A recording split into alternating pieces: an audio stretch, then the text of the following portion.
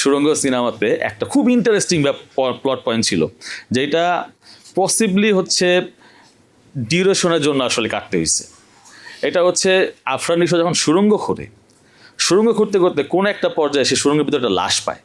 ওখানে কাইজারের সাথে তার এক্স ওয়াইফ, তারপরে তার বন্ধু বান্ধব সবাই মিলে একটা এরকম এরকম পজিশনই ওরা গ্যাদারিংয়ে বসে থাকে। তো তখন হুট করে একটা কথা কাটাকাটি থেকে শুরু করে ওটা একটা উত্তপ্ত বাক্য বিনিময়ে গিয়ে শেষ হয়। তো কাইজারের যদি এক্সাম্পল দিই, কারণ কাইজারের যে একটু আগে যে স্বাধীন যেটা বললো, যে তো ওইটা যদি ব্যাড রাইটিং হইতো তাহলে দেখা যেত যে আফরান নিশো বলতো যে তুমি আমাকে ভুলে গেছো, তারপরে কান্নাকাটি শুরু করলো, বউ বললো তুমি এখন কাঁদছো কেন, এখন তো অনেক সময় পার হয়ে গেছে, এখন আমার অলরেডি বিয়ে হয়ে গেছে। তখন যে ওর হাজব্যান্ড সে বললো যে আমার মনে হয় এই কনভারসেশন আমার ঠিক হবে না, তোমরা একটু নিজেরা টাইম নাও, বলেও চলে গেল। বন্ধু একটু ওই মহিলার সাথে একটু আলাদা আলাপ করতে বারান্দায় চলে গেলো, দুইজনে এক রুমে, এই হইতে পারতো। তো এটা ব্যাড রাইটিং হইতো। এক পর্যায়ে এরকম ছিল যে ওই পরিচালকের নাম উল্লেখ করা অফিসে নিষেধ ছিল। না, আমি একটা স্ক্রিপ্ট লিখছি যেটা 1%ও নাই সিনেমাতে। এটা আমি কেমনে মিস করলাম। আচ্ছা, আমার ক্ষেত্রে খুব অবভিয়াস, সেটা হলো যে দ্বিখণ্ডিত একটা পার্ট ছিল, সেটা হচ্ছে উনলোকের একটা। আমি যেটা দেখাইতে চাই ওইটা আসলে আমি কতটুকু দেখাইতে পারবো, আমাকে সেন্সর দিবে কিনা।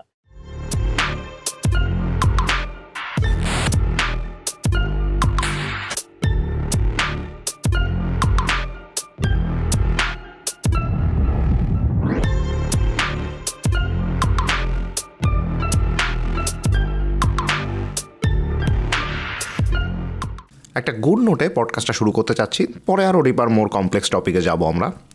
আপনাদের কোন সিনটা আছে যেটা আপনারা যা লিখছেন পর্দায় তা হুবহু পারফেক্টভাবে উঠে আসছে, মানে অভিনেতাদের পারফরমেন্সও আপনাদের ভালো লাগছে, সব কিছুই খুব ভালোভাবে উঠে আসছে, এরকম একটা সিনের কথা বলেন। আমার 2024-এ একটা ফিচার ফিল্ম বের হয়, তো 2025-এ, জয়া শারমিন। সো এই সিনেমাটাতে একটা সিন ছিল যেখানে জয়া শারমিন বেসিক্যালি দুইটা ক্যারেক্টারের গল্প, যেখানে একটা হাউস হেল্পের সাথে যে বাসায় থাকেন ওনার একটা খুব সুন্দর একটা ফ্রেন্ডলি সম্পর্কের গল্প।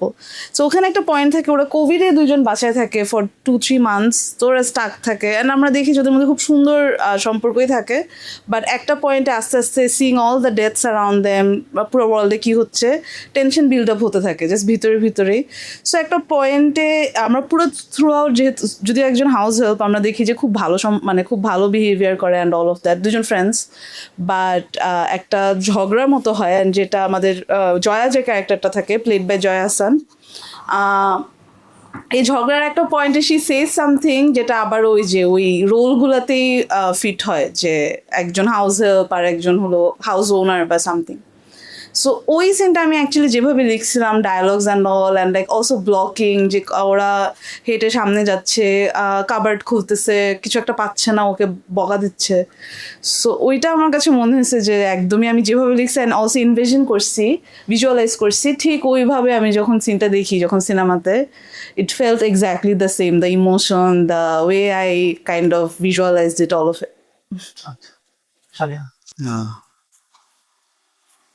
আমার 2022 সালে একটা সিরিজ বের হয়েছিল কাইজার নামে।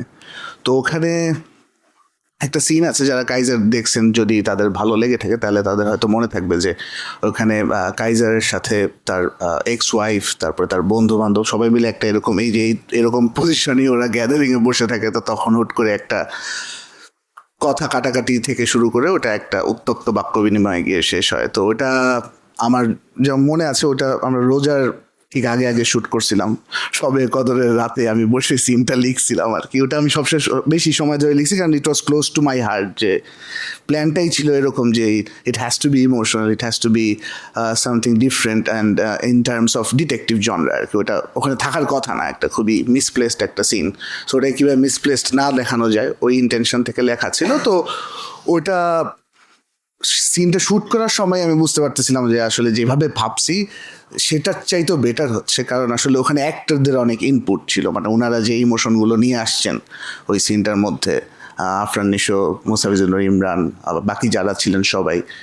তো ওইটা একটা আমার মনে হয় আমার সবচাইতে closest in terms of imagination and what appeared on screen. But এটা আই গেস এক্সপিরিয়েন্সের সাথে সাথে যদি রাইটার মোটামুটি সব ধরনের অ্যাসপেক্টের সাথে ইনভলভ থাকেন তাহলে মনে হয় এটা আরও বেশি বেশি হওয়ার চান্স থাকে, কারণ তখন আপনার ইমাজিনেশন আর স্ক্রিনে কি আসতে পারে ওটার মধ্যে যে তফাৎটা এটা কমতে থাকে আসলে, যদি আপনি চান যে আসলে রিসোর্সেস লিমিটেশন এবং সব কিছু মিলায় আপনি ওভাবেই লিখবেন। সো ওইটা আমার মনে হয় আমি গ্র্যাজুয়ালি যে 3-4 বছর ধরে লিখছি ওটার পরে এটা একটু প্রতিটা প্রজেক্টে একটু একটু করে বাড়ছে, যে ওখানে হয়তো ওই একটা সিনই সবচাইতে কাছের এবং আরও কয়েকটা সিন আছে, তো এটা রেশিওটা হয়তো পরে বাড়ছে। এবং ফাইনালি আমি একটা সিরিজ লিখছি যেটার নাম হচ্ছে হেডলাইন, এটা হয়তো সামনে বেরোবে হইচইতে। ওইখানে আমার কাছে মনে হচ্ছে ওটা এডিট দেখতে গিয়ে মনে হচ্ছে যে ওখানে অলমোস্ট 75-80% সিনই আসলে যেভাবে লিখছিলাম ওভাবেই আসছে আর কি। সো ইয়া, তারপরে আমি পাস করে দিই তাহলে সামিউলের কাছে। আমার বলতে গেলে এখন পর্যন্ত আমার নিজের ফেভারিট সিন হচ্ছে ও উৎসবে যে ফ্ল্যাশব্যাকে যায় ইয়াং জাহাঙ্গীর জেসমিন ওই ক্যাসেট প্লেয়ার দোকানে। সো ওইটা যখন আমি লিখি তখন মানে ডিরেক্টর তারপর স্বাধীন আমাকে বলছিল যে এই বিষয়গুলা এক্সিকিউট করাটা টাফ হবে। সো আমি তো ফ্রি ফ্লোতেই লিখি আর কি, যে এটা এক্সিকিউশনটা তো মানে টিমের ব্যাপার, বাট আমার ইমাজিনেশন যেটা থাকে ওইটাই আমি যেন 100% মানে স্ক্রিপ্টে নিয়ে আসতে পারি। সো যখন ওই সিনটা দেখলাম, রাজশাহীর পোর্শনে আমি শুটে যাইনি, আমি ঢাকায়ও থাকি না খুব একটা বেশি, বাট যখন আমি ওই সিনটা দেখলাম এডিট হয়েছে, পুরো ভিজুয়াল ওই 90s ভিসিডি ক্যাসেট অ্যাক্টরদের টাইমিং, মানে ওইটা খুবই ট্রিকি ছিল। আমার মনে হয় মানে আমি ভাবতাম না যে সাদিয়া আয়মান অথবা সৌম্য এই জিনিসটা পুল আপ করতে পারবে। সাথে মেহেদী হাসান রুমিও ছিলেন, যে একটা ক্যাসেট চান লাস্টে দিয়ে ছোট্ট একটা ডায়লগ, মানে ওই একটা সিনেই মানে আমার কাছে মনে হয়েছে যে এই মানে যেহেতু একটু পিরিয়ড পিছনে চলে গেছি, সো ওইটা এক্সিকিউট করাটা এটা যতটা না আমার লেখা তার চেয়ে বেশি আমার মনে হয় টিমেরও অনেক সাকসেস আছে এখানে এক্সিকিউট করার মতো। তো আমার কাছে মনে হয় যে এখন পর্যন্ত আমার লেখা এবং এক্সিকিউট করা আমার 100% আমি চোখে দেখতে পারি যে ওইটাই হয়েছে আর কি।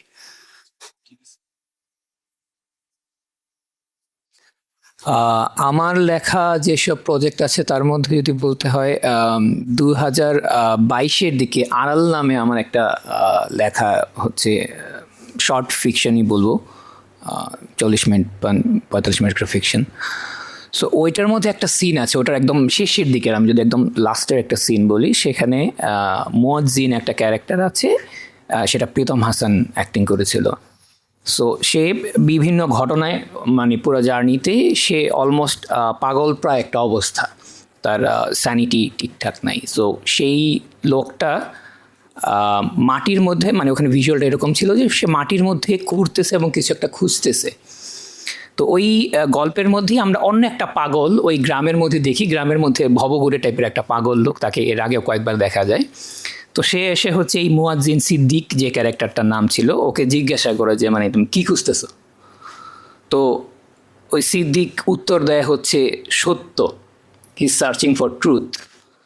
তো তারপরে ওই পাগলটা একটা মানে গালি দিয়ে আর এইভাবে যে এই শালারপুরে তো আমিও খুঁজতেছি। তো তারপরে ওই পাগলটাও সাথে সাথে খোঁজা শুরু করে।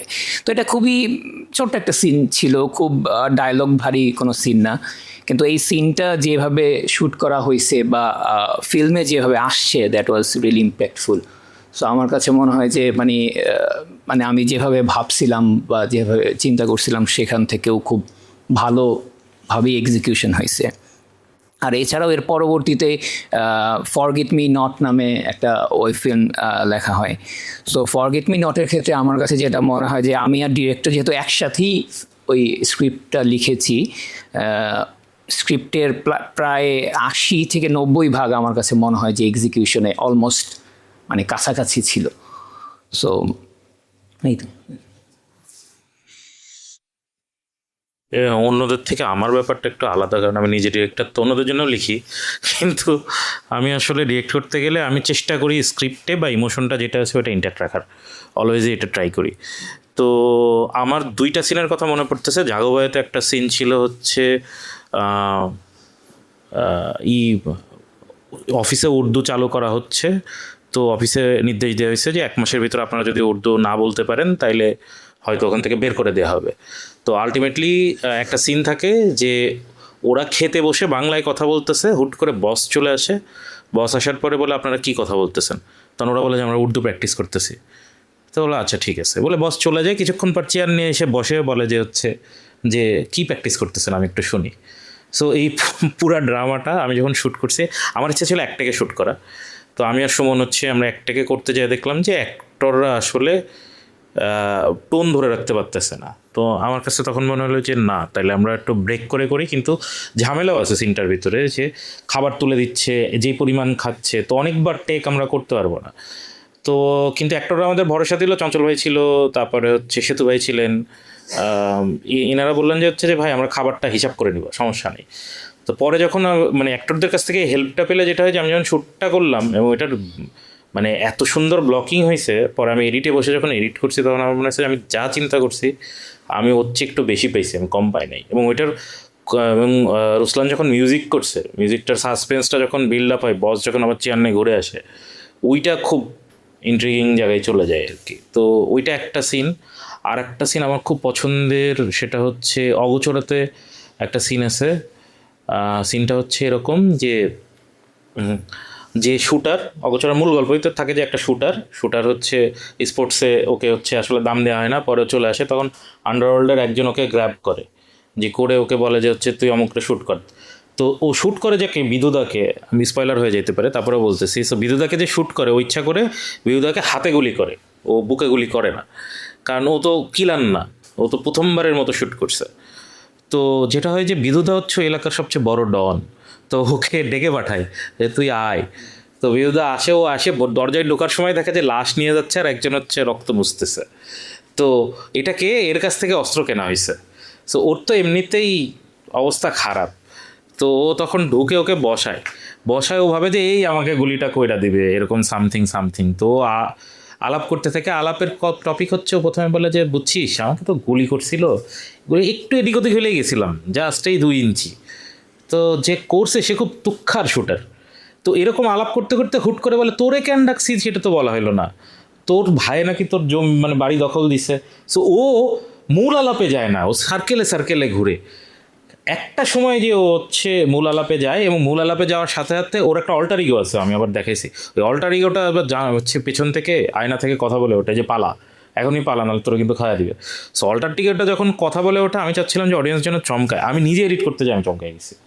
সো ওইটা আমার কাছে খুব মজা লাগছে। এবং একদম লাস্ট সিন ছিল হচ্ছে বিরোধা হচ্ছে কোমর থেকে ওকে ফিন্নি খাইতে দেওয়া, মানে মেরে ফেলা, কিন্তু ও ভাবে যে ওকে মেরে ফেলবে, তো কোমর থেকে হচ্ছে এরকম করে একটা ধাক্কা দেয়, ও ভাবে যে ছুরি বের করছে, কিন্তু আসলে টাকা বের করে ওকে দেয়। তো এই পুরো সিনটার ব্লকিং বা পরে এডিটে বসে আমার খুব ভালো লাগছিল, যে আমার মনে হচ্ছিল যে ইমাজিনেশনের মতো করে শ্যুট করছি। দাও। আচ্ছা, আমার ক্ষেত্রে খুব অবভিয়াস, সেটা হলো যে দ্বিখণ্ডিত একটা পার্ট ছিল, সেটা হচ্ছে উনলোকিকের একটা। তো দ্বিখণ্ডিত তো একটা আমার লেখা একটা গল্প থেকে করা, অ্যাডাপ্ট করা স্ক্রিন প্লেও আমি করছিলাম। আমি যেভাবে ইমাজিন করছি, একটা থানায় একটা লোক কথা বলতেছে, এবং আমাদের ইচ্ছা ছিল, পরিকল্পনা ছিল যে আমরা এক টেকে পুরাটা করব, প্রায় 20 মিনিটের একটা লম্বা টেক হবে। কিন্তু একটা লোক কন্টিনিউয়াসলি ডায়লগ দিচ্ছে, এত ডায়লগ মুখস্থ রাখা, পরে ওটা 2-3টা টেক করা হয়েছিল। কিন্তু আমি যেভাবে ইমাজিন করছি, দেখা গেল যে দ্বিখণ্ডিততে আমার মনে হয় যে ওইটা পুরোপুরি অ্যাচিভ করা গেছে।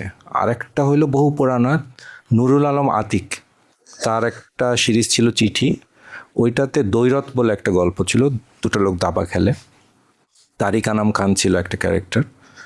উনি যেভাবে, অনেক ক্ষেত্রে হয় কি, মানে একটা তো হয় যেভাবে রাইটার ইমাজিন করে সেটা অ্যাচিভ করার না যাওয়ার 2টা কারণ থাকে। একটা হইলো যে আর্ট ডিরেকশন, হ্যাঁ, লোকেশন ওভাবে পাওয়া যায় না, আর আরেকটা হলো অভিনয়। অনেক ক্ষেত্রে হয় যে আমি যেভাবে ইমাজিন করছি তার চেয়ে উপরে উঠে যায় অভিনয়ের গুণে। তারিক আনাম খানের ক্ষেত্রে ওই যে দৈরত, যেটা আমি যেভাবে ইমাজিন করছি তার চেয়ে অনেক উপরে উঠে গেছিলো ওটা, ফলে এটা আমার আলাদাভাবে মনে আছে। আচ্ছা, আমার একটু আমার অনেকগুলোই আছে এরকম, যেগুলাই মনে হয়েছে যে মানে একটা হচ্ছে কাছাকাছি যাওয়া, আরেকটা হলো যে 2টা বিষয় আছে এখানে। একটা হচ্ছে ইমাজিন যা করছি সেটা কাছাকাছি যাওয়া, আরেকটা বিষয় আছে হচ্ছে যে যে আমি যেটা লিখছি ওইটার কাছাকাছি যাওয়া, অর্থাৎ ডায়লগসের জায়গা। কারণ দেখা যায় ডায়লগ চেঞ্জ হয়ে যায়, সিনের প্যাটার্ন চেঞ্জ হয়ে যায়, সো ওইটা আরেকটা বিষয়। তো কাছাকাছি আমি বলবো যে এটা খুবই টাফ পাওয়া, মানে আমি এখনো ফার্স্ট থটে আসতেছে না যে কাছাকাছি যেটা ইমাজিন করছি ওইটা কোনোটাই গেছে কিনা, ওইটা আমি এখনো পাচ্ছি না। কিন্তু যেটা লিখছি সেটা শ্যুট হওয়া বা ডায়লগ হওয়া বা অ্যাক্টিং করে যতটুকু কাছাকাছি নেওয়া হয়েছে সেরকমই বেশ কিছু আছে। তার ভিতরে আমি তুফানের কথা বলতে পারি, যে তুফানের বিগিনিংটা যেরকমভাবে ভাবছিলাম যে মানে এটা অনেকেরই মনে থাকতে পারে, কারণ ফিল্মের মাঝখানে মনে না থাকলেও বিগিনিংটা মনে আছে। সো বিগিনিংয়ের জায়গায় যেভাবে লিখছি যে এইখানে একটা ঘটনা, কেউ একজন কিছু একটা বলতেছে, কে বলতেছে আমি শুরুতেই বুঝতেছি না যে কে বলতেছে। অন্যান্যদেরকে দেখতে পাচ্ছি, অন্যান্য পলিটিশিয়ানরা কথা বলতেছে, ওটা দেখতে পাচ্ছি। তারপরে ওকে দেখতে পাচ্ছি ও যেন কোথায় চলে যাচ্ছে, যাওয়ার পরে সে যেন একটা গাড়ির পিছনে গেল, গাড়ির পিছন থেকে একটা গান বের করলো, কে করলো আমি এখনো জানি না।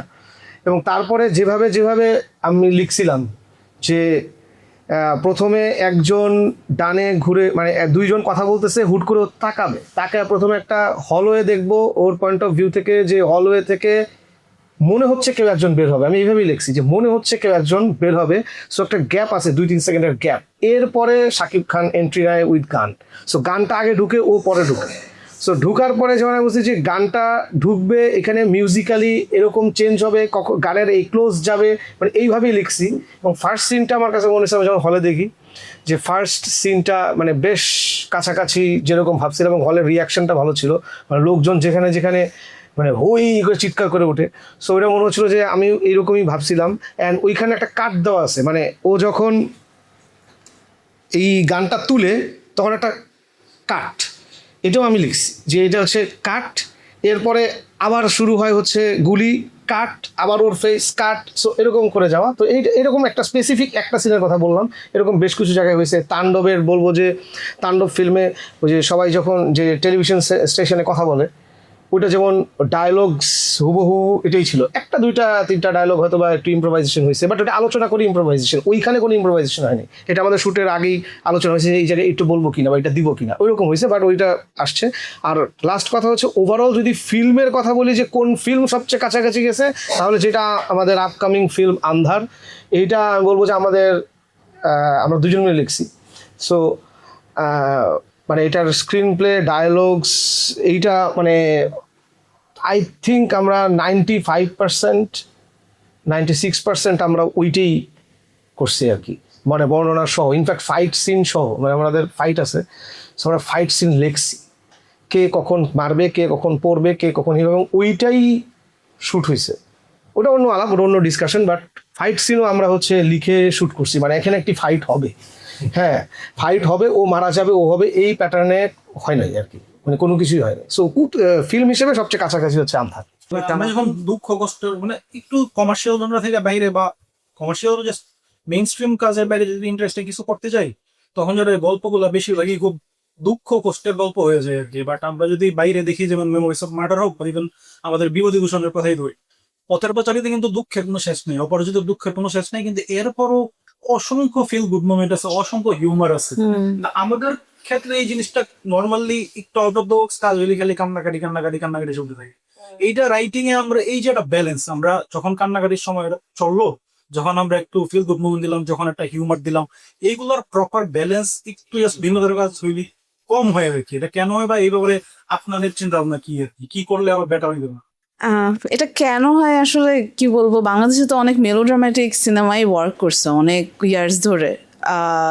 তো আই থিঙ্ক ওই ফর্মুলা ওয়াইজই এটা ওয়ার্ক করে, বা এটাই চায় যে লাইক একটা ইমোশনাল সিন লাগবে, একটা ট্র্যাজেডি লাগবে। অ্যান্ড ওই যেটা ওই ট্র্যাজেডির সময় আমরা অন্য পার্টগুলো দেখি না। রেগুলার লাইফে যেটা হয় আমাদের, যে কোনো ট্র্যাজেডি চললেও হয়তো আমার ছোটো বোন একটা জোক করলে আমি হাসি, সো ওই রকম রিয়ালিটিটা দেখি না। সো রিজন আমার কাছে মনে হয় because of how formula has worked. And avoid কীভাবে করা যায়, আমার একটা খুব ফেভারিট রাইটার ফিবি ওয়ালার-ব্রিজ, ফ্লিব্যাগের রাইটার। সো ফ্লিব্যাগ যেমন অনেক ব্ল্যাক হিউমার প্লাস অনেক ট্র্যাজেডি আছে, বাট অবভিয়াসলি ওখানে কান্নাকাটিও আছে, সব কিছুই আছে। বাট ওর একটা ওটা রাইট করছে, সো ওর একটা লাইক ও একটা অ্যাডভাইস দিছে যে লাইক ওয়েন এভার 90% সিনে 90% কমেডি হচ্ছে অ্যান্ড লাইক এভরিওয়ান ইজ লাফিং, ওইটাই একটা perfect time to kind of punch them in the gut with some tragic news or vice versa, like একটা ট্র্যাজেডি চলতেছে অ্যান্ড এইটাই একটা আসলে পারফেক্ট টাইম, যেটা আমরা অনেক সিটকমে দেখি, অনেক হলিউড প্রজেক্টসে দেখি, যে এটা একটা পারফেক্ট টাইম ওটা ব্রেক করার জন্য, যে ওই জায়গায় একটা খুবই অকওয়ার্ড ওয়েতে একটা কোনো কমেডিক এলিমেন্ট আনা। সো আমার মনে হয় হ্যাঁ অবভিয়াসলি আমাদের এটাতে অনেক ওয়ার্ক করা উচিত, বাট অলরেডি আমরা এরকম অনেক কাজ দেখতেছি বাংলাদেশে যেটা অলরেডি এটা ব্রেক করা স্টার্ট করছে। না, আমার কোয়েশ্চেনটা বোঝার জন্য একটু আমার কোয়েশ্চেন করা লাগবে যে এখানে কি এটা বলা হচ্ছে যে যখন আমরা কোনো মেইন স্ট্রিম হোক বা সেটা অফ ট্র্যাকের সিনেমাই হোক, আমরা ইমোশনাল কোনো সিন আনি, তো সেখানে ওই ইমোশনাল সিন বা ইমোশনাল কোনো অ্যাসপেক্ট আসলো ওইটা পুরো দস্তুর। আমি আবার একটু বলি, আমি মানে পুরো যে নেগেটিভ স্ট্রাকচার তুই বলতে। আচ্ছা, আমি বলি যেটা যে তার মানে কি যেগুলো সাধারণত কমার্শিয়াল ফিল্ম না, মেইন স্ট্রিম ফিল্ম না, যেগুলো হয়তো কথার কথা যে ফেস্টিভ্যাল সার্কিটের জন্য বানানো হচ্ছে, সেগুলোর যেমন টোনালিটি থাকে যে সম্পূর্ণ দুঃখ ভারাক্রান্ত আর কি, যে আমরা সারাক্ষণ দুর্দশার মধ্য দিয়ে যাচ্ছি, ওই ধরনের সিনেমার কথা বলা হচ্ছে নাকি? মানে আমি ইন জেনারেল বলতেছি কি বাইরের ক্ষেত্রেও যদি তুই চাস, যে ইভেন ধর আমার দেখা সব থেকে পোয়েটিক ট্র্যাজেডির একটা সিনেমা হলো আমার সব থেকে পছন্দর লাগে Manchester by the sea. Even Manchester by the সিতে কিন্তু প্রচুর ডার্ক হিউমার আছে, ব্রিদিং স্পেস আছে, অনেক ইন্টারেস্টিং সিন আছে, সাথে ট্র্যাজেডিও আছে। কিন্তু আমাদের দেশে আমি এটা ধর কমার্শিয়াল হইতে পারে, অফ ট্র্যাক হইতে পারে, এনিথিং হইতে পারে, আর মানে আমাদের দেশে ফেস্টিভ্যালের জন্য বানানো হলে তো কান্নাকাটির কোনো শেষই নেই। বাট এমনি ইন জেনারেলও বলতেছি আমি যে আমাদের টোনাল ব্যালেন্সটা একটু কম মনে হয়, আমার কাছে মনে হয় যে একটা জিনিস চললে খালি ওইটাই চলতেছে ইন জেনারেল আর কি। কিছু কিছুতে তো আসি, বাট আমি ইন জেনারেল এটা আমরা কীভাবে আরও ইমপ্রুভ করতে পারি আমি নিজে রাইটার হিসাবেও তোর কাছে জানতে চাইতেছি, তুই যেহেতু দেখতেছিস। আচ্ছা, আমি জাস্ট ওই মেইন স্ট্রিম সিনেমার কথাই বলতে পারবো, আমি তো বক্স লেখাই লিখছি, কখন আউট অফ দ্য বক্স কিছু লিখি নাই। তো এইখানে আমার কাছে মনে হয় যে সবচাইতে ভালো কাজ ফিবি ওয়ালার ব্রিজের কথা বললো না, আমি ওরই একটা সুন্দর অ্যাডভাইস আছে যে ও তো আসলে কখনো, আমরা অবশ্যই 3 অ্যাক্ট স্ট্রাকচার অ্যান্ড এভরিথিং এসব ভেবে অনেকেই লেখেন, তো ওর কথা ছিল এরকম যে আমি কখনো এরকম স্ট্রাকচার ভেবে লিখি না, আমি জাস্ট বাঞ্চ অফ সিনস যেগুলো হয়তো আমার গল্পের খাতিরে আসতে থাকে সেগুলো আসার পরে যেটা আমি করি যে সিনগুলো হয়তো আমি স্টিকি নোটে বোর্ডে সাজায় ফেলি, তারপরে যে 2টা সিন সবচাইতে কন্ট্রাস্টিং ওগুলা একটার পর একটা আনতে থাকি আর কি। সো ওইখানেই মনে হয় টোনাল ব্যালেন্সের একটা সুন্দর ব্যাপার চলে আসে, যে যখন মানে একটা কমিক সিনের পরেই একটা ট্র্যাজিক সিন, তো এটা not necessarily scene to scene হইতে পারে, উইদিন আ সিনও হইতে পারে। আমি যেমন পার্সোনালি এটা খুব ট্রাই করি যে কোনো দুঃখ ভারাক্রান্ত ঘটনার মাঝেও, যেমন উৎসবেও যেরকম আমি আর সামিউল যখন ওই যে জাহাঙ্গীরের সেই সিন যখন আর কি ও মেয়ের কাছে কান্নাকাটি করতেছে, সো তখনও হুট করে যে 1 কাপ কফির দাম 350 টাকা। সো আমার যেমন পার্সোনালি আমি অত কিছু ভেবে লিখি না, আমার পার্সোনালি ওইরকম কিছু না আসলে আমার লিখতে ভালো লাগে না আর কি, যে একটা টোনে লিখতে খুব একটা শান্তি পাই না আর কি। তো ওইটা আমি পার্সোনালি ট্রাই করি, এটার ব্যাপারে একটু কনসিয়াস থাকি আর কি, ওরকম কিছু না পাইলে ইনফ্যাক্ট লিখতে বসি না ওই একটা সিনে। সো আমি শুধু এতটুকুই বলতে পারবো, আমি ওইসব ওখান থেকে কীভাবে বের হইতে পারি ওগুলা দিক নির্দেশনা দিতে পারবো না, আমি জানি না।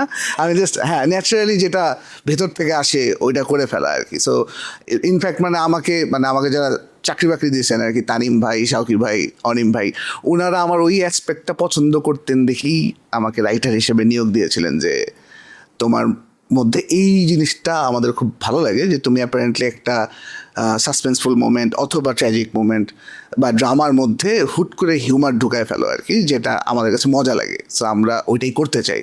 সো এটা আসলে আমার জন্য পার্সোনালি খুব আর কি মেমোরেবল ব্যাপার আর কি। সো আমি জাস্ট ভেতর থেকে আশা দেখেই করি আর কি।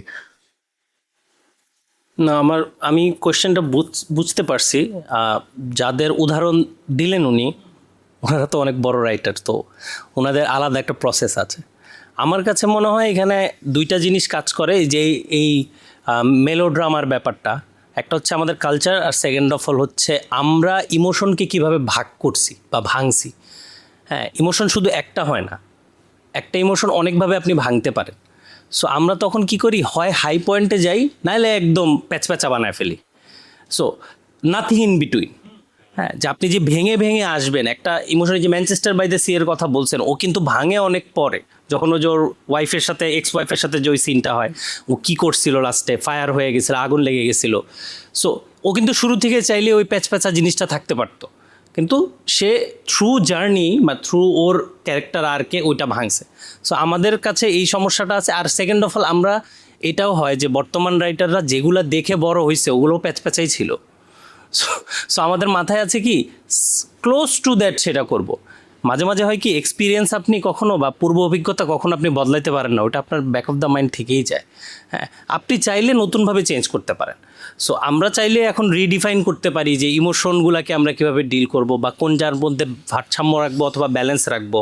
হ্যাঁ, মানে ওই যে স্বাধীন যেটা বললো যে কোনো স্পেসিফিক রুল ফলো করা যাবে না আর কি, বা করে নাও। আমিও আমার ক্ষেত্রে এই জিনিসটা আমি ফলো করি না। আমার কাছে যদি মনে হয় যে ইমোশনটা যদি এইরকমই ডিমান্ড করে দেন আমি লিখি। হ্যাঁ, আবার পুরাটাই যে একবার এই ধরনের মানে খুব দুঃখ কষ্টে জর্জরিত একদম অবস্থা হয়ে যাবে সেরকম না। অনেক উপন্যাসও দুঃখ কষ্ট জর্জরিত। অশনি সংকেত পড়েন, পুরাটাই দুঃখ কষ্ট, দুর্ভিক্ষ নিয়ে আসছে, এখানে ফান কী হবে আর কি, চাল নিয়ে আর কি যোগ করা যাবে, সেটা তো আর না। সো ওইরকমই আর কি। সো এই দুইটা জিনিস আমাদের ওয়ার্ক করতে হবে। ফিউচারে রাইটিংয়ের ক্ষেত্রে এই জিনিসটা দেখতে হবে যে আমরা শুধু একটা তো মানে আমাদের নাই আর কি, আবেগ নাই, আরও অনেক ধরনের আবেগ আছে। প্রত্যেকটা আবেগকে ডিফারেন্টভাবে এক্সপ্লোর করে দেন হচ্ছে রাইটিংয়ে নামা উচিত আর কি। রসই সংকেতে এটা যে বিজার একটা জিনিস জাস্ট মনে বললো, ভিউ দেবসন কিন্তু ওই নামেও কিছু বিজার হিউমার দিয়েছেন। ওই যে গ্রামের মানুষজন যে একটা বিশ্বযুদ্ধ নিয়ে যে তাদের একটা চিন্তা ভাবনা আছে, আগা মাথা কিছুই যায় না, কিন্তু কনভারসেশন তো করা লাগে পেপার টেপার বইরে, ওইটাই বলতেছে ওনাদের এই ম্যাজিকটা আছে, ভিলেজ হিউমারটাই দেখাইছে ওখানে। আচ্ছা, আমার কাছে যেটা মনে হয় মানে যখন এক্সাম্পল আসতেছে যে এই ফিল্মগুলায় এরকম আছে, ওই ফিল্ম অন্য ফিল্মে নাই কেন, এটা বুঝতেছি একটা ভালো ফিল্ম একটা খারাপ ফিল্ম সিম্পল। এটা আমি এই সিম্পল ওয়েতে দেখতেছি। যেটা ভালো রাইটিং সেটা ভালো হবে, যেটা ভালো রাইটিং না সেটা ভালো হবে না। হ্যাঁ, তো এটা ওইটা এক্সাম্পলে আসবে, ওটা এক্সাম্পলে আসবে না। তো এখন আমি আগেকার বাংলা সিনেমার হিসাব করলাম যে এখানের ইমোশন যখন অ্যাকশন হচ্ছে তখন অ্যাকশন ঢুসুম সাউন্ডে অ্যাকশনই হইতেছে। আবার যখন কান্না তখন একটা মেলোড্রামাটিক একটা মিউজিক দিয়ে অনেক কাঁদতেছে, সবাই সবার চোখেই পানি, কেউ ফুপায়া কানবে বা কেউ চোখ লুকায়া কানবে না, সবাই কানবে। হ্যাঁ, এখানে যারা 50 জন কাঁদতেছে এবং সবার আবার ক্লোজ শট আছে, হ্যাঁ, তাহলে এটা ব্যাড ফিল্ম, ওটার এক্সাম্পল আসবে না। আপনি কখনো এরকম ফিল্ম লিখতে চান? আমি সবাই বলবে যে খারাপ লাগে, এও করবে যে আমি এরকম ফিল্ম লিখতে চাই না। হ্যাঁ, এটা এটা এটা আমার কাছে মনে হয়েছে যে এটা মানে এই কোয়েশ্চেনের অ্যান্সার হইলো যে সিম্পল। আপনি ভালো যেগুলোর এক্সাম্পল দিচ্ছেন ওগুলো ভালো ফিল্ম, তাই ওগুলো হচ্ছে যে ব্যালেন্স করে করা, আর যেগুলো হচ্ছে খারাপ ফিল্ম সেগুলো ব্যালেন্স করে করার না, এইটাই। আর ভালো আমাদেরকে লিখতে হবে, হ্যাঁ আমাদের ভালো লিখতে হবে। আমি এক্সাম্পল হিসেবে যদি এখন আসি, ওই ওনাদেরই দুইটা ফিল্মের কাইজারের যদি এক্সাম্পল দিই, কারণ কাইজারের যে একটু আগে যে স্বাধীন যেটা বললো যে ওই যে নিশো ভাইয়ের সাথে এক্স ওয়াইফ মিলায় যে জায়গাটা, তো ওইটা যদি ব্যাড রাইটিং হইতো তাহলে দেখা যেত যে আফরান নিশো বলতো যে তুমি আমাকে ভুলে গেছো, তারপরে কান্নাকাটি শুরু করলো। বউ বললো তুমি এখন কাঁদছো কেন, এখন তো অনেক সময় পার হয়ে গেছে, এখন আমার অলরেডি বিয়ে হয়ে গেছে। তখন যে ওর হাজব্যান্ড সে বললো যে আমার মনে হয় এই কনভারসেশন আমার ঠিক হবে না, তোমরা একটু নিজেরা টাইম নাও, বলেও চলে গেল। বন্ধু একটু ওই মহিলার সাথে একটু আলাদা আলাপ করতে বারান্দায় চলে গেলো, দুইজনে এক রুমে, এই হইতে পারতো।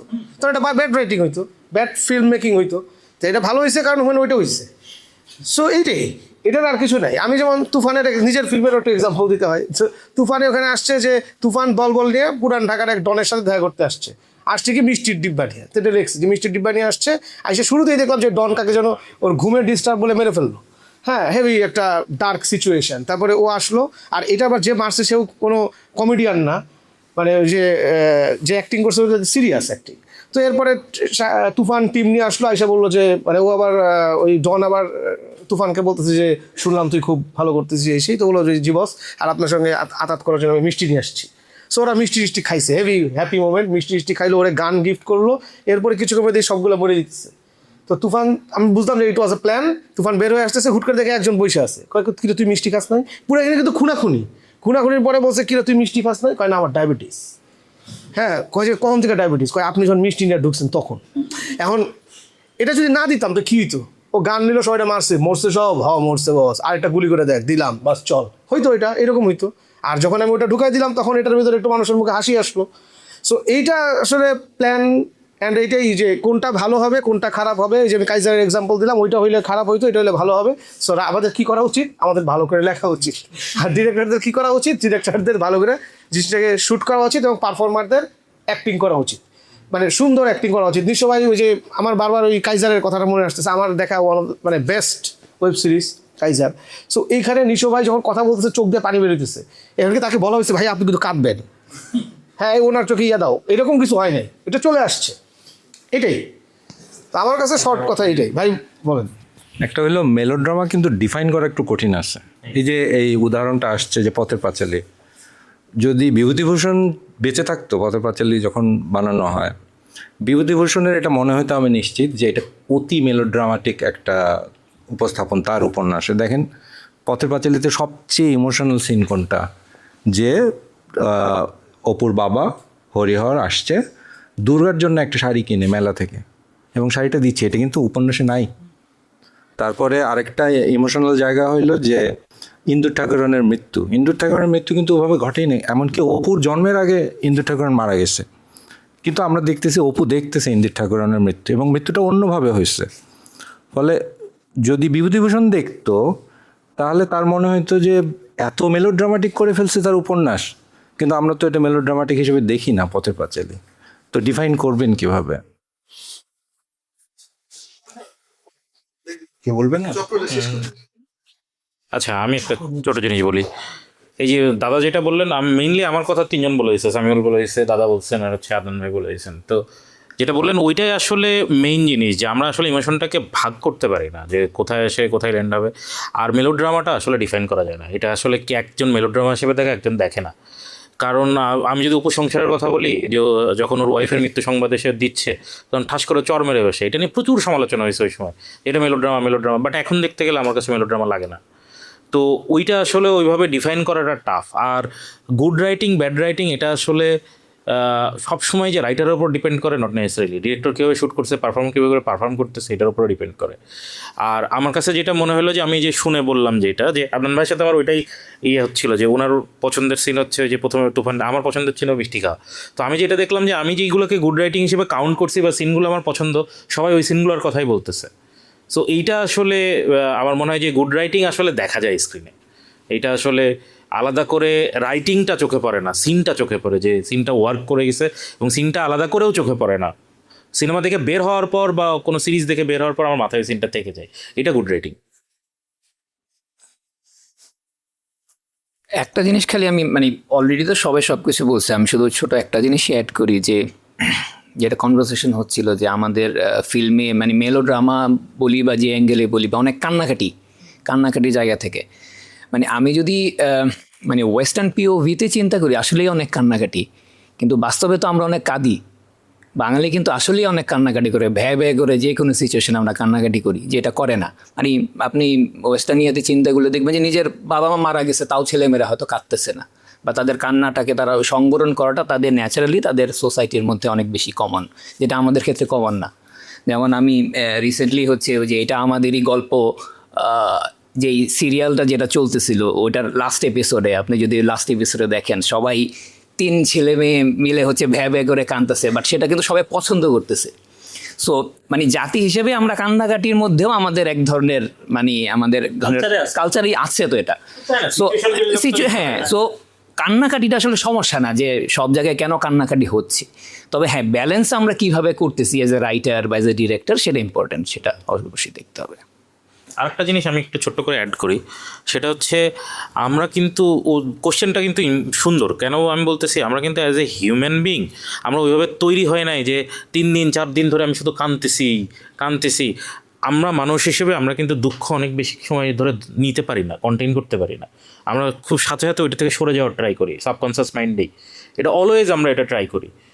আমার মনে আছে যে আমার নিজের পার্সোনাল একটা ছোট্ট এক্সপিরিয়েন্স বলি, আমার আব্বু মারা গেছেন, তারপর আমি ঈদ করতে আমি বাসায় গেছি, বাসায় যাওয়ার পর আম্মা সকালবেলা আমাকে ডাকতেছেন, তা আম্মাটা নর্মালি আব্বু ডাকেন, এবং আব্বু সবসময় বলেন যে এই দেরি হয়ে যাচ্ছে, চল ঈদের নামাজে চল, এতে আব্বু এবার ডাকতেছেন, আম্মা ডাকতেছেন, তা আমি বিরক্ত হচ্ছি যে আব্বু ডাকতেছেন না কেন, আম্মা বারবার ডাকতেছে, আমি অ্যান্সার করছি যে এই অনলাইনে পড়ে নিব না নামাজ, তো এরকম ফাইজলামি করতেছি।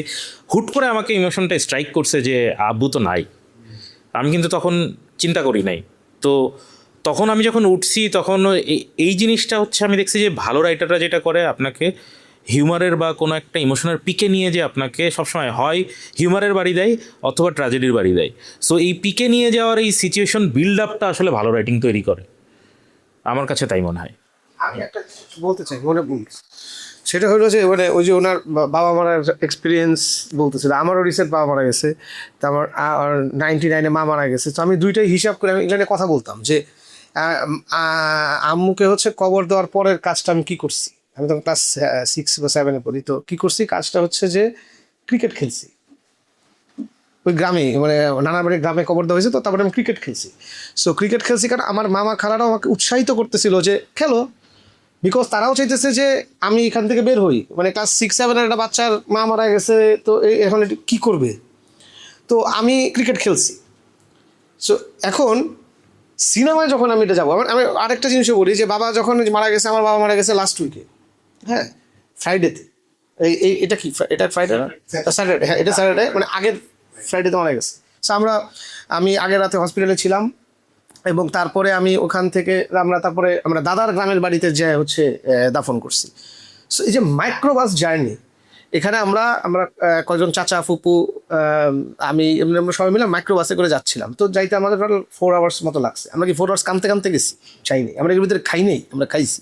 আমরা কিন্তু যে মানে অন্য ফ্ল্যাটের একজন খাবার অ্যারেঞ্জ করছে। সো আমরা এই মহানগর প্রজেক্টে বাপ থাকতো। সো বেসিক্যালি কী হয়েছে, তা আমরা দাফন শেষ করে তারপরে কিন্তু আমরা খাইয়া গাড়িতে উঠছি, ওই সব ওখানে যায় অমুক কেক কিনছি, অমুক পানি কিনছি, আবার মাঝখানে একজন দেখছে একজন, তো তাকে আবার আমি উঠা ওই যে ফ্রিজার উপরে উঠে আমি মুখ খুলে গ্লাস দিয়ে দেখাইছি, এই কাজটা আমিই করছি। হ্যাঁ, তো এইগুলো আমি করছি। মাইক্রোবাসে যেতে যেতে আমরা কিন্তু খাইছি, হাসছি, কেউ কাঁদছে, আমি কাঁদি না, আমার একটু এদিকে মানে অনেক কাঁদতেছি, এটা কম হয় তুলনামূলক, ভিতরে ঘটে কিছু। তখন ফুপু কথা বলতেছে, হুট করে সে কাঁদেনও, কাঁদে আবার কিন্তু ঠিক হয়ে গেল। এখন ঘটনা হচ্ছে দুইটা এক্সাম্পল যে বললাম, এই যে ক্রিকেট খেলা আর হচ্ছে এই যে গল্প হাসাহাসি আবার একটু কান্না, এটা এখন আমি যখন সমস্যাটা হলো যে এইটা হচ্ছে রিয়েল লাইফ। এই রিয়েল লাইফ যখন আমি স্ক্রিনে নিয়ে আসি, তখন অ্যাজ এ রাইটার দেখা যায় যে এই জিনিসটা হয় আনা আর সাহস পায় না, অথবা এটা মনে থাকে না, কিছু একটা ঘটনা ঘটে। সে তখন ভাবে যে এই মাইক্রোবাসে গাড়ি যাচ্ছে, সবাই মন খারাপ করে জানলা দিয়ে আকাশ দেখতেছে। হ্যাঁ, একজন বললো পানি খাবি, ও বললো না, তখন বললো একটু খেয়ে নে, শরীরটা খারাপ করবে। এটা কেন দেয় আমি জানি। ও হয় রিয়েল এক্সপিরিয়েন্স করে না, যেমন আমি এক্সপিরিয়েন্স করছি। আমি যদি কখনো এইরকম লিখতে চাই, আমি এইটাই নিয়ে আসবো। মানে আমি যেহেতু আমার এক্সপিরিয়েন্স হয়েছে মাইক্রোবাস, আমি একটা মানে মাইক্রোবাস জার্নিটা এক্সপিরিয়েন্স আমার। সো আমি যদি কখনো করি আমি এটাই করবো, আমি এটা লিখবো। এখন ঘটনা হচ্ছে আমাকে ওই রিয়েলিটির মধ্যে না থাকলেই তখন এটা মেলোড্রামাটিক হয়ে যায় বলে আমার মনে হয়। মানে মেলোড্রামাটিক আসলে বিষয়টা কই যায় যে ও রিয়েলিটির মধ্যে নাই। কারণ একটা মারা গেছে, সবাই কাঁদতেছে, সারাদিন ধরে কাঁদতেছে, তখন অ্যাজ এ ভিউয়ার আমার মনে হয় এরকম তো আমি কখনো দেখি নাই। হ্যাঁ, এত কাঁদতেছে কেন? এই কারণেই যে এই দুইটা এক্সাম্পল দিলাম যে কঠিন সময়েও আসলে মানুষজনই যে সিদ্দিক ভাই যেটা বলতেছিল যে মা আয়েশা ডাকছে, তারপর এই কথাটা বলছে।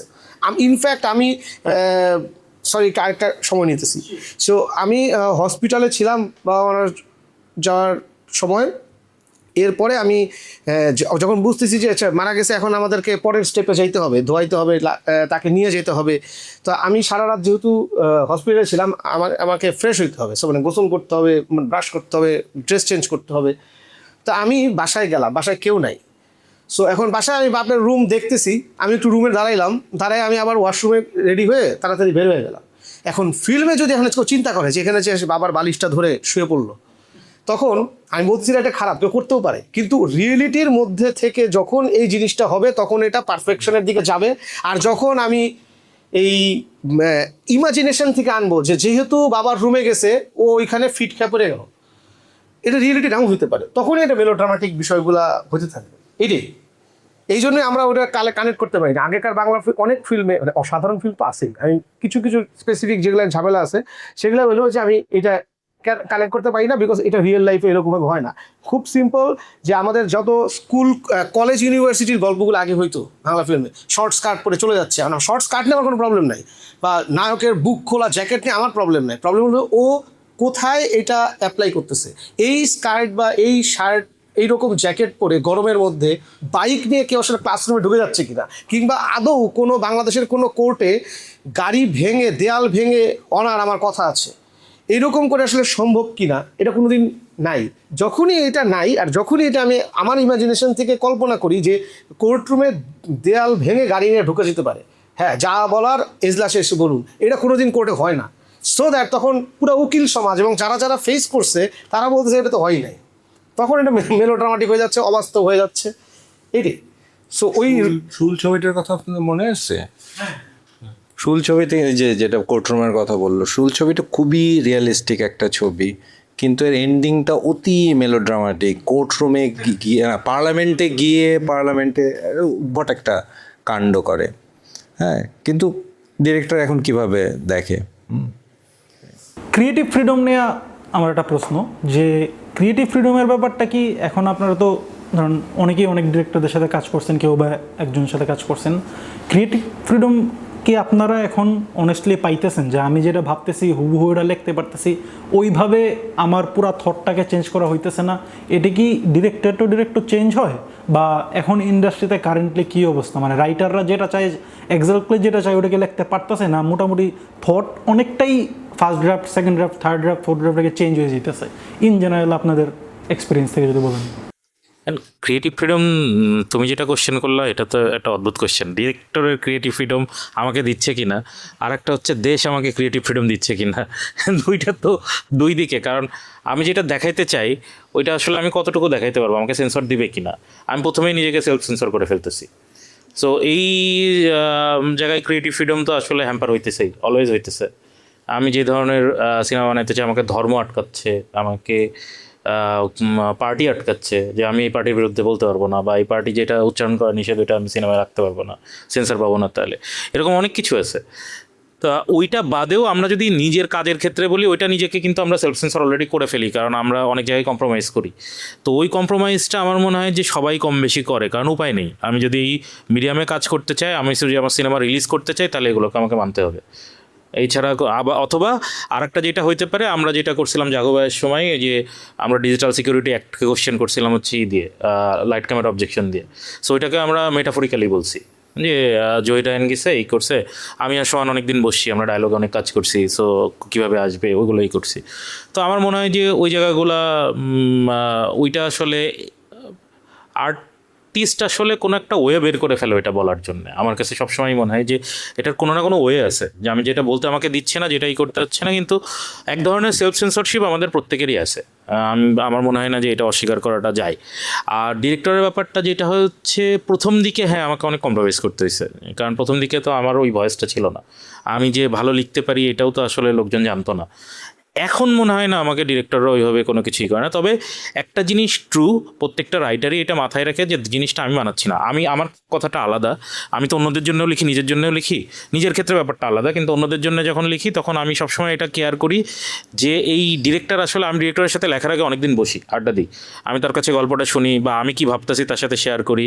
তার একটা বড় কারণ হচ্ছে যে আমি বোঝার চেষ্টা করি যে ব্রাদার তুমি কি চাও, তুমি কী ধরনের, কারণ আলটিমেটলি ফিল্ম স্ক্রিনে নিয়ে আসবে ও। আমি একটা কিছু লিখে দিলাম, আমি দিলাম যে এই হচ্ছে আকাশের ওপর দিয়ে ঘোড়া দাবড়ায় নিয়ে যাচ্ছে, ওর পক্ষে এটা শ্যুট করা সম্ভব না, তাহলে তো হবে না। আর একটা জিনিস ট্রাই করি যে আমি যে ইমোশনটা কনভে করতেছি ও ইমোশনটার সাথে অ্যালাইন কিনা, কারণ ও যদি ওই ইমোশনটা টাচ করতে না পারে তাহলে এটা আসলে কোনোভাবেই স্ক্রিনে দেখা যাবে না। এটা যত পারফর্মার যত ভালো পারফর্মই করুক, কারণ আলটিমেটলি জিনিসটা ডিরেক্টর ড্রিভেন মিডিয়া, সো ডিরেক্টরকে আসলে এটা চিন্তা করতে হয়।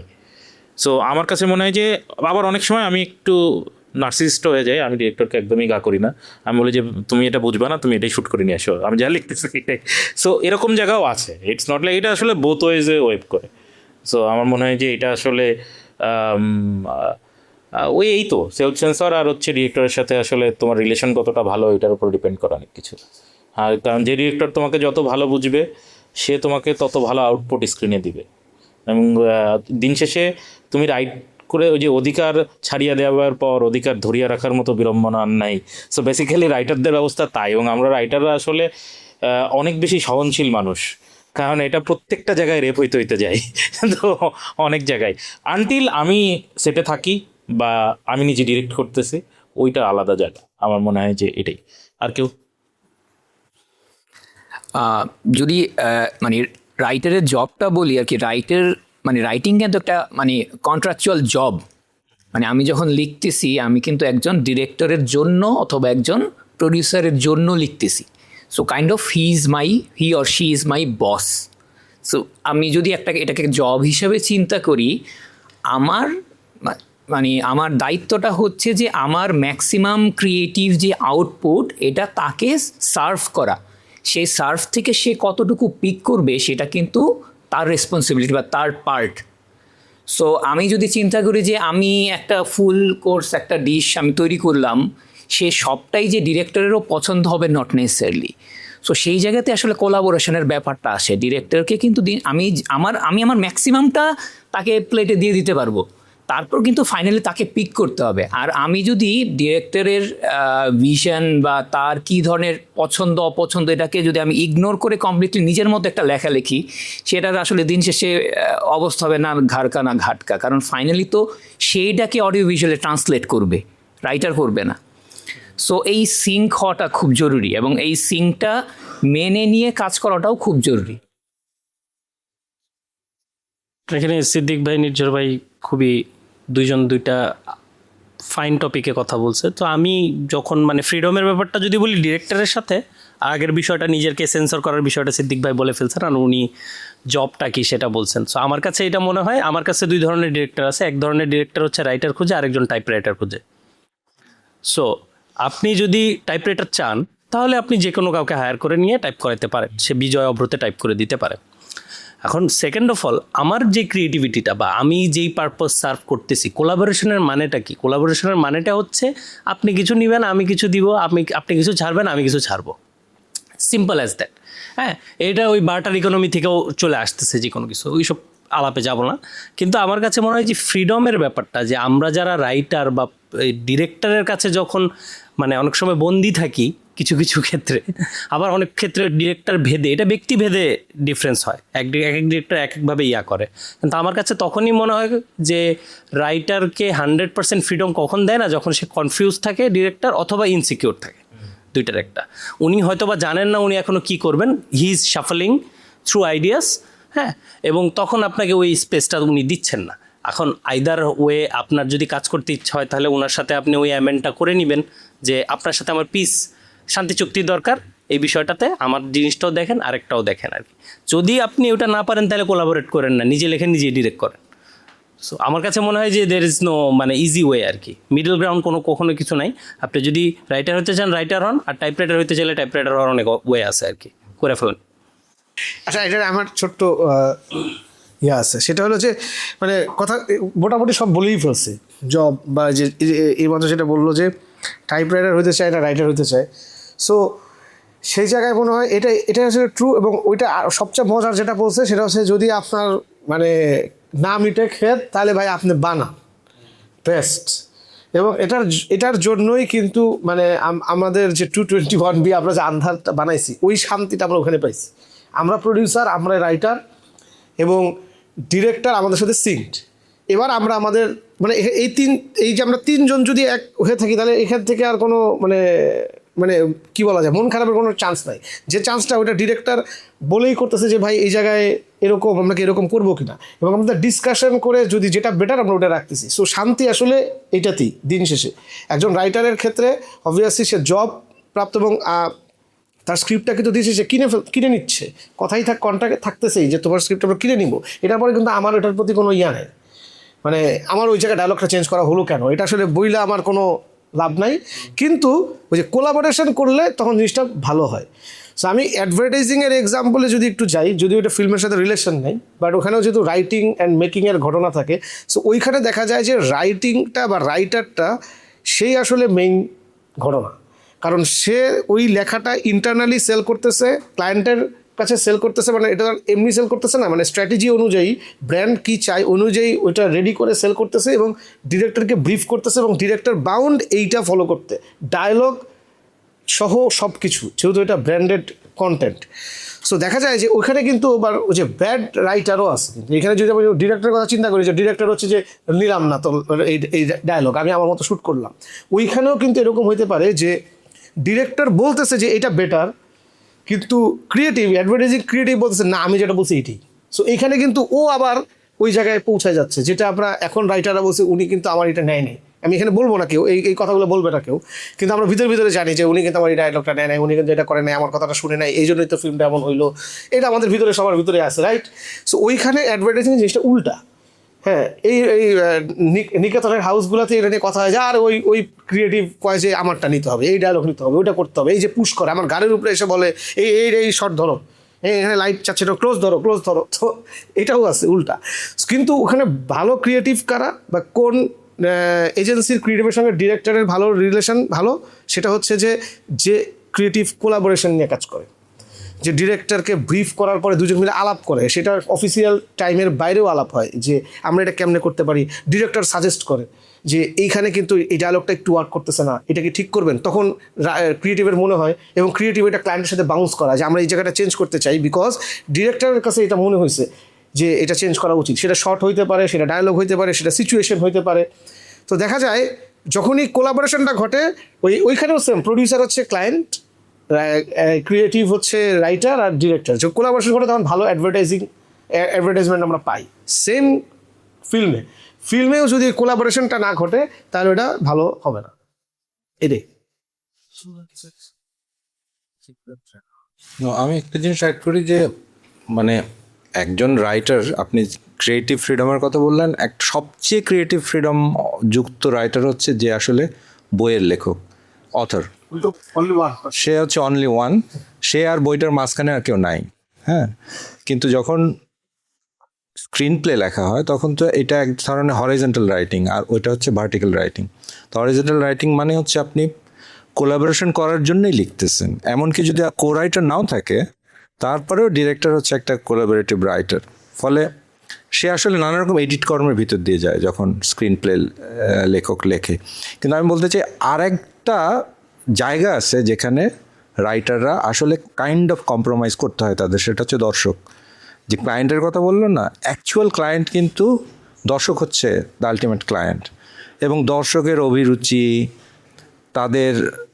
তারা কিভাবে ফিল্মটা নেবে, এই সিনটা নেবে কি না ইত্যাদি বিবেচনাও আসলে কাজ করে। ফলে ওইটা আরেকটা লেখক, অদৃশ্য লেখক, যে হচ্ছে কো রাইট করে যে কোনো স্ক্রিন প্লে। ফলে ওইখানেও কম্প্রোমাইজের ব্যাপার থাকে, দর্শক হচ্ছে আরেকটা জায়গা আর কি। আচ্ছা, ওয়েব সিরিজ আর মুভির রাইটিংয়ের ক্ষেত্রে আপনাদের কাছে মেইন ডিফারেন্সটা কী লাগে? এখানে অনেকেই আছেন যারা ওয়েব সিরিজ এবং মুভি দুইটা ক্ষেত্রেই কাজ করছেন। যেমন অনেক সময় আমরা দেখি যে ওয়েব সিরিজে তো অনেকগুলো এপিসোড থাকে, তো এপিসোডগুলো যাতে একটা হাই ইন্টেন্স নোট বা ক্লিফ হ্যাঙ্গারে যে শেষ হয় এমনভাবে বানানো হয় সিরিজে। মুভিতে আবার সেইভাবে একদম খুব যে first act, third act, second অ্যাক্টের যে আউটলাইন সেটা ওইভাবে নাই। সো রাইটিংয়ের ক্ষেত্রে এমন কী চেঞ্জ আসে depending on whether it's gonna be a web series or movie? প্রথম যে বিষয়টা চিন্তা করতে হয় সেটা হচ্ছে যে আমার একটা সিনেমার যখন গল্প লিখব তখন আমাকে এখানে মাঝখানে কোনো ব্রেকডাউন চিন্তা করতে হচ্ছে না, যে আসলে যেহেতু 8টা বা 10টা এপিসোড হবে না। সো আর হচ্ছে সিনেমা যেটা হয়, থিয়েটারের সিনেমাতে কি হয়, মানুষ হচ্ছে পপকর্ন টপকর্ন নিয়ে এসে হলে এসে বসে, সো ওর স্ক্রল করে চলে যাওয়ার সুযোগ নাই। তো স্টার্টিংয়ে আমাকে একটা হুক দেওয়া লাগবে, ওকে একটু পর একটা কিছু দিয়ে বসায় রাখতে হবে, এই টেনশনটা নাই। তো এই জন্য আমি আস্তে ধীরে গল্পে ঢুকতে পারি। তো এই জন্য যেটা হয়, সিনেমাতে শুরুতে আমরা মানে ওভারঅল গল্পটাতে দেখা যায় যে একটা জার্নিতে চলে যাই, তো ওইখানে আর ব্রেকডাউন মাঝখানে কোথায় কী হবে এই টেনশনটা নেওয়া লাগে না। কিন্তু ওয়েব সিরিজে কী হয়, ওয়েব সিরিজে আমাকে প্রথমে চিন্তা করতে হয় কয়টা এপিসোড হবে, তারপর সেই এপিসোডগুলো ব্রেকডাউন করার পরে দেন প্রত্যেকটা এপিসোডের স্টার্টিংটা খুবই হুকিং হওয়া লাগবে এবং হচ্ছে এন্ডিংটা এমন একটা জায়গায় করতে হবে যাতে করে পরের এপিসোডটা মানুষ দেখার আগ্রহ থাকে। তো এই জন্য গল্পটাকে শুরুতেই ব্রেকডাউন করে নিতে হয় এবং করে নেওয়ার পরে দেন হচ্ছে ওইভাবে লিখতে হয়। তো আমার কাছে মনে হয় যে সিনেমা এবং ওয়েব সিরিজের মধ্যে সবচেয়ে বড় পার্থক্যটা আসলে এইখানেই। আর হচ্ছে অডিয়েন্সের জায়গা থেকেও একটু চিন্তা করতে হয় এভাবে যে সিনেমার অডিয়েন্স আর ওটিটি অডিয়েন্সে তো কিছুটা পার্থক্য আছে। সিনেমা তো মাস পিপলের জন্য চিন্তা করি, তো সেখানে দেখা যায় যে ডায়লগ হোক বা সিনগুলা হোক সেগুলো একটু হলে দেখতে গেলে কেমন লাগবে, বড় স্ক্রিনে ভালো লাগবে কিনা দেখতে, ওইভাবে চিন্তা করে করা হয়। মানে মানুষ একটু তালি দিল কিনা, হ্যাঁ মজা পেলো কিনা, ইন্টারেস্টিং হলো কিনা চিন্তা করতে হয়।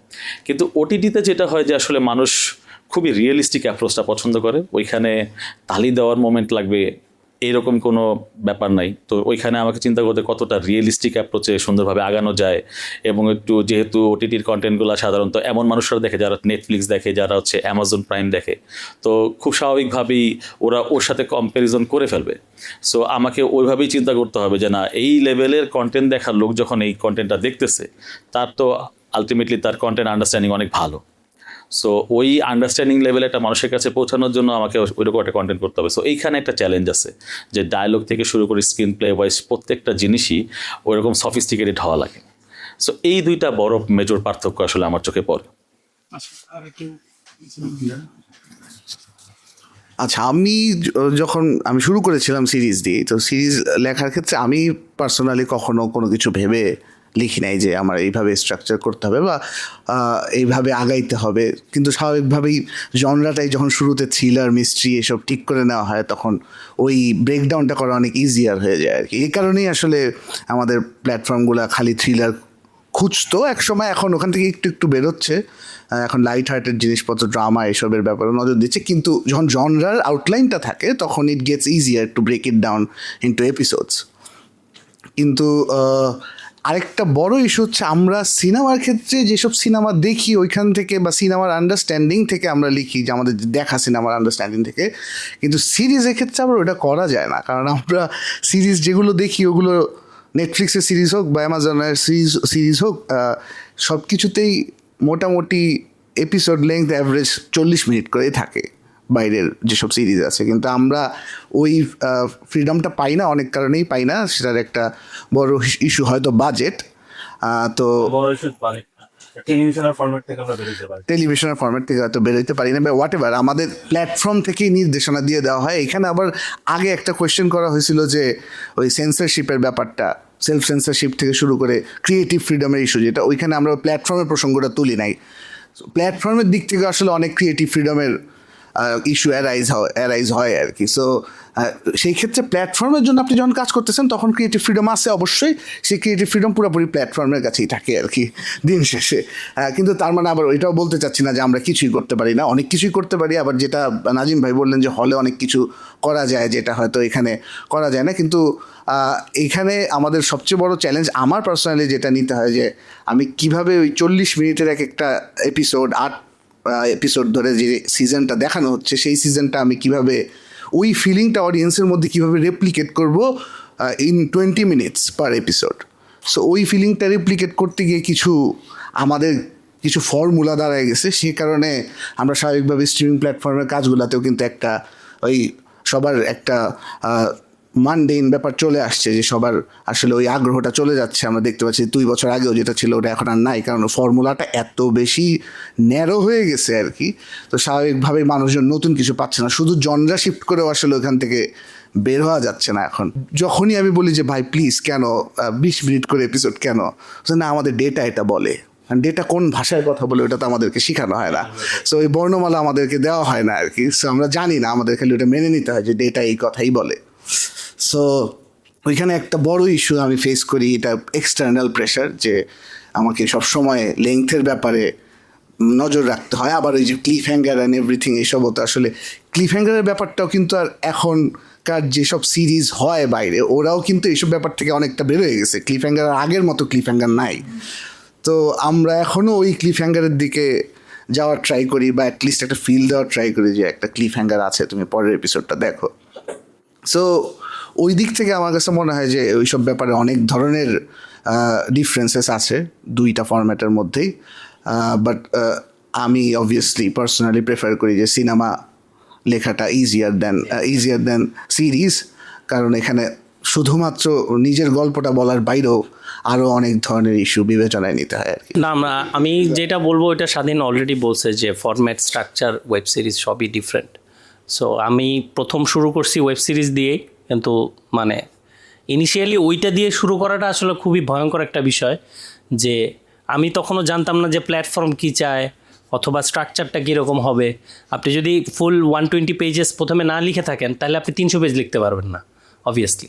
তো তো আমাদের যে সিরিজের যে ওই ফরম্যাটটা বললো যে সময়টা আমরা পাই না, ক্লিফ হ্যাঙ্গার দেওয়ার যে একটা মানে জঘন্য ধরনের প্রবণতা যে সব সময় দিতে হবে ক্লিফ হ্যাঙ্গার, সব কিছু থাকতে হবে, সবসময় এঙ্গেজ করতে হবে।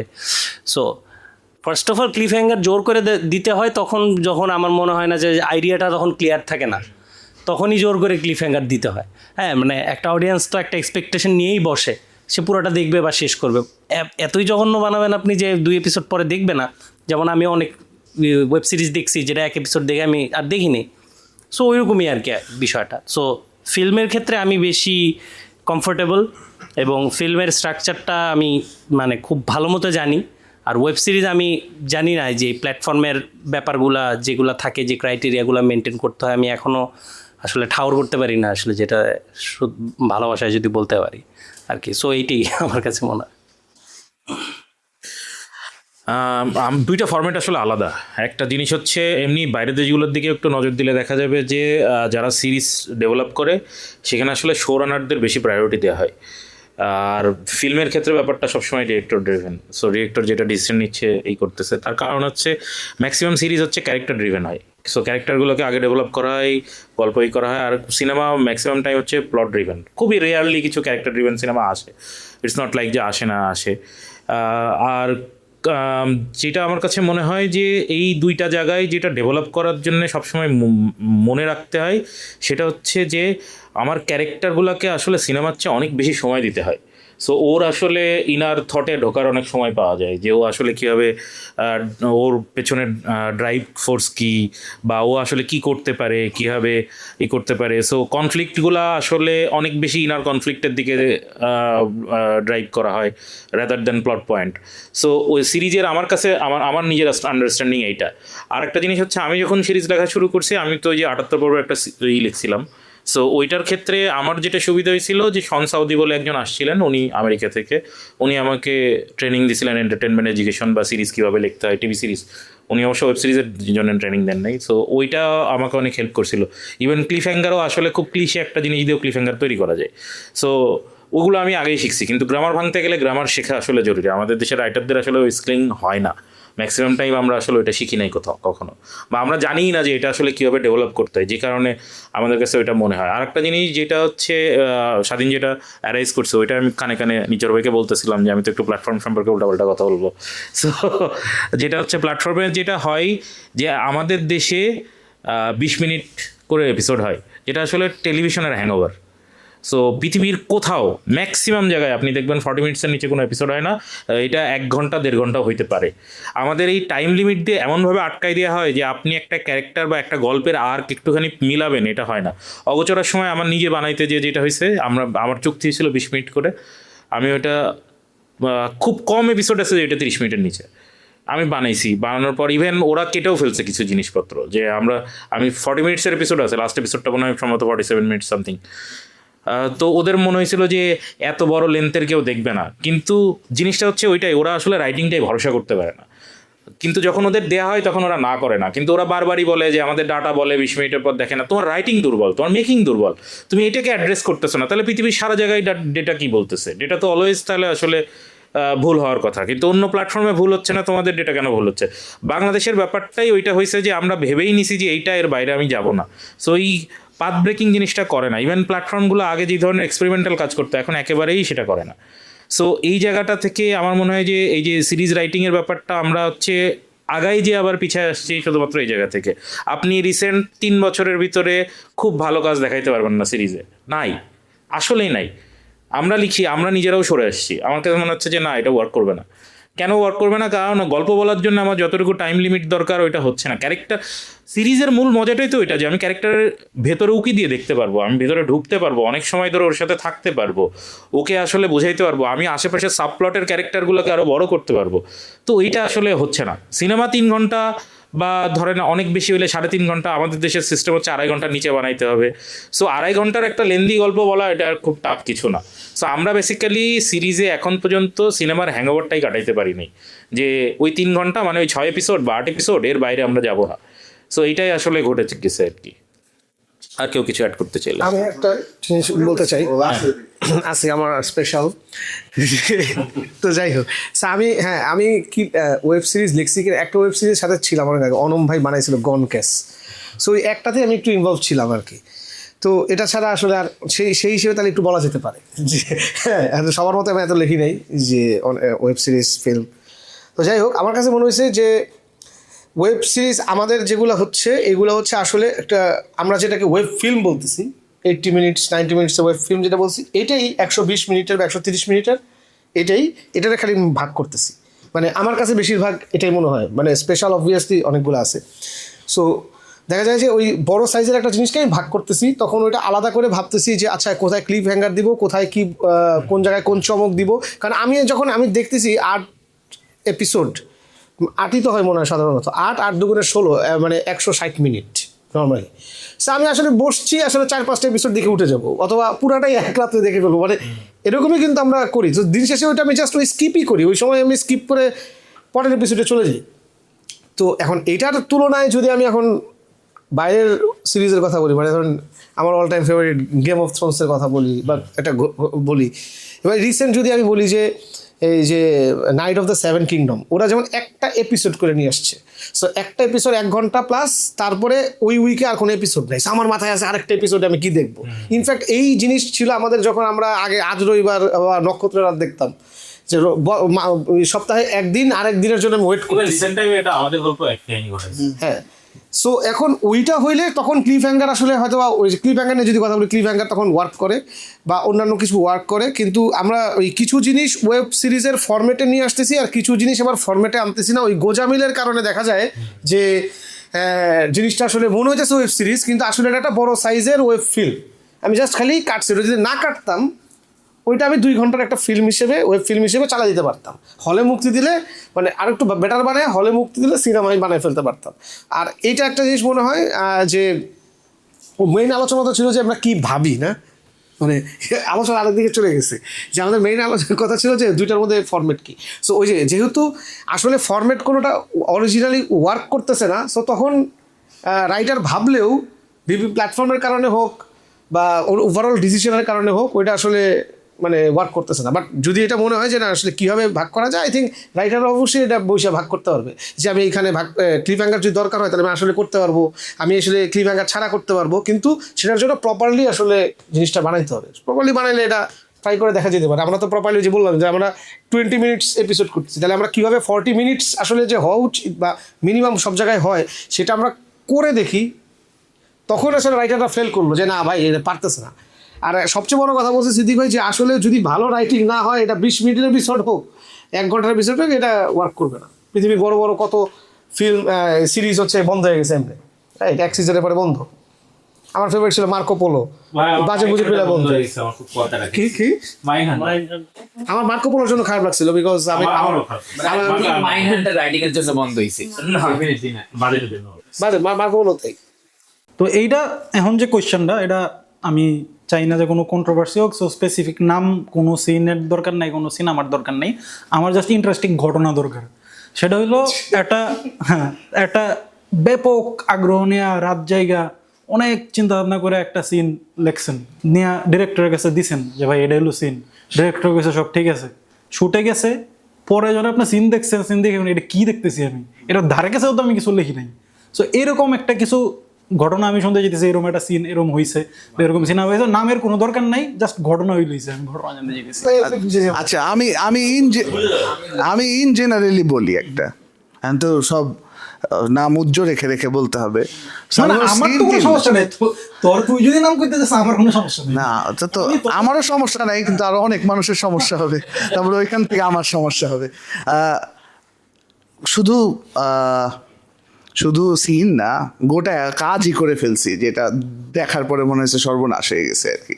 সো ওইটা এগেন এমনভাবে আটকায় গেলাম যে এটা আচ্ছা ঠিক আছে, একটা তাহলে বলি, কন্ট্রাক্ট নামে একটা সিরিজ করছিলাম, এটা সম্পূর্ণ নিজেদের লোকজন যেহেতু, তাই বলাই যায়। কন্ট্রাক্ট নামে একটা সিরিজ করছিলাম, মোহাম্মদ নাজিমউদ্দিন ভাইয়ের লেখা উপন্যাস থেকে। তো ওইটা করার সময় আমি একদম নতুন আসছি, আমি কোনো কিছু জানি না। তো আমি ভাবছি ইন্ডাস্ট্রি এভাবেই চলে, প্রত্যেকদিন সকালবেলা আমি স্ক্রিপ্ট লিখে দিতাম, ওইটা সকাল 6:30টার দিকে প্রিন্ট আউট হইতো, তারপরে ওইটা শুটে যাওয়া হতো আর কি। এবং বইয়ে যা যা লেখা ছিল দেখতে পেলাম যে এইটা কোনোটাই নাকি করা যাবে না, মানে কিছুই করা যাবে না। আচ্ছা ঠিক আছে, কোনোটা করা যাবে না কারণ টাকা নাই এত, আমার তো কোনো আইডিয়াও নেই যে কেন টাকা নাই বা কী সমাচার। আচ্ছা ঠিক আছে, করা যাবে না। তারপরেও আমি করে গেছি, আমি মহা উৎসাহে করছি এবং করার পরে আমি খুব খুশি, আমরা সবাই খুব খুশি এবং প্রচণ্ড হাইপ উঠলো। হাইপ ওঠার পরে অবভিয়াসলি বের হওয়ার পরে এখন যেমন আমি ওইটা একটা সিনও দেখতে পারি না আর কি, ক্রিঞ্জে মারা যাওয়া লাগে আর কি। সো এইটা তো আসলে পুরোপুরি এক্সপিরিয়েন্সের ব্যাপার আর কি। পরে যখন বুঝতে পারছি যে না, আসলে that's not the only way to do work here, আসলে এখানে চাইলে 6-7-8 মাস ধরে স্ক্রিপ্ট লিখে প্রপার প্রিপারেশন নিয়ে এনশিওর করে করা যায়। সো এবং ওইটা থেকে আসলে ওইটা একটা খুব ভালো অভিজ্ঞতা ছিল আমার, যে আমার ওই কোনো ধরনের ওই হ্যাংওভার তৈরি হয় নাই। প্রথমেই যখন আমার কোলাবোরেটর তানিম ভাইয়ের সাথে আমি প্রথমবারের মতো ওই কাজটাই করছি, সো এত বাজে একটা এক্সপিরিয়েন্স যে তানিম ভাইয়ের সাথে কাজ শুরু হয়েছে, সো ওইটার পরে সব কিছু আপহিল, তাহলে আর কোনো কিছু ডাউনহিল হয় নাই। মানে কন্ট্রাক্টের চেয়ে ডাউনহিল যাওয়া আর কত খারাপ হবে। মানে ওইখানে লিটারেলি একটা এরকম সিন আছে যে গুলি খাওয়া মানুষ পরের শটে উঠে দৌড় দিচ্ছে, তা আর কত খারাপ হবে আর কি। সেগুলো আমরা নিজেরাই করছি, আমি, তানিম ভাই, ছোটন দা, মানে কৃষ্ণেন্দু চট্টোপাধ্যায়, আমরাই ভুলভাল করছি। উল্টাপাল্টা সিন লেখা, নায়কের কোনো ক্যারেক্টার আর্ক নাই, গল্প শেষ হয় না, মানে ওইটার ভয়ঙ্কর দিকের অভাব নাই আর কি। সো ওইটা হয়ে যাওয়ার পরে সব কিছুই আমাদের কাছে ইমপ্রুভমেন্ট আর কি।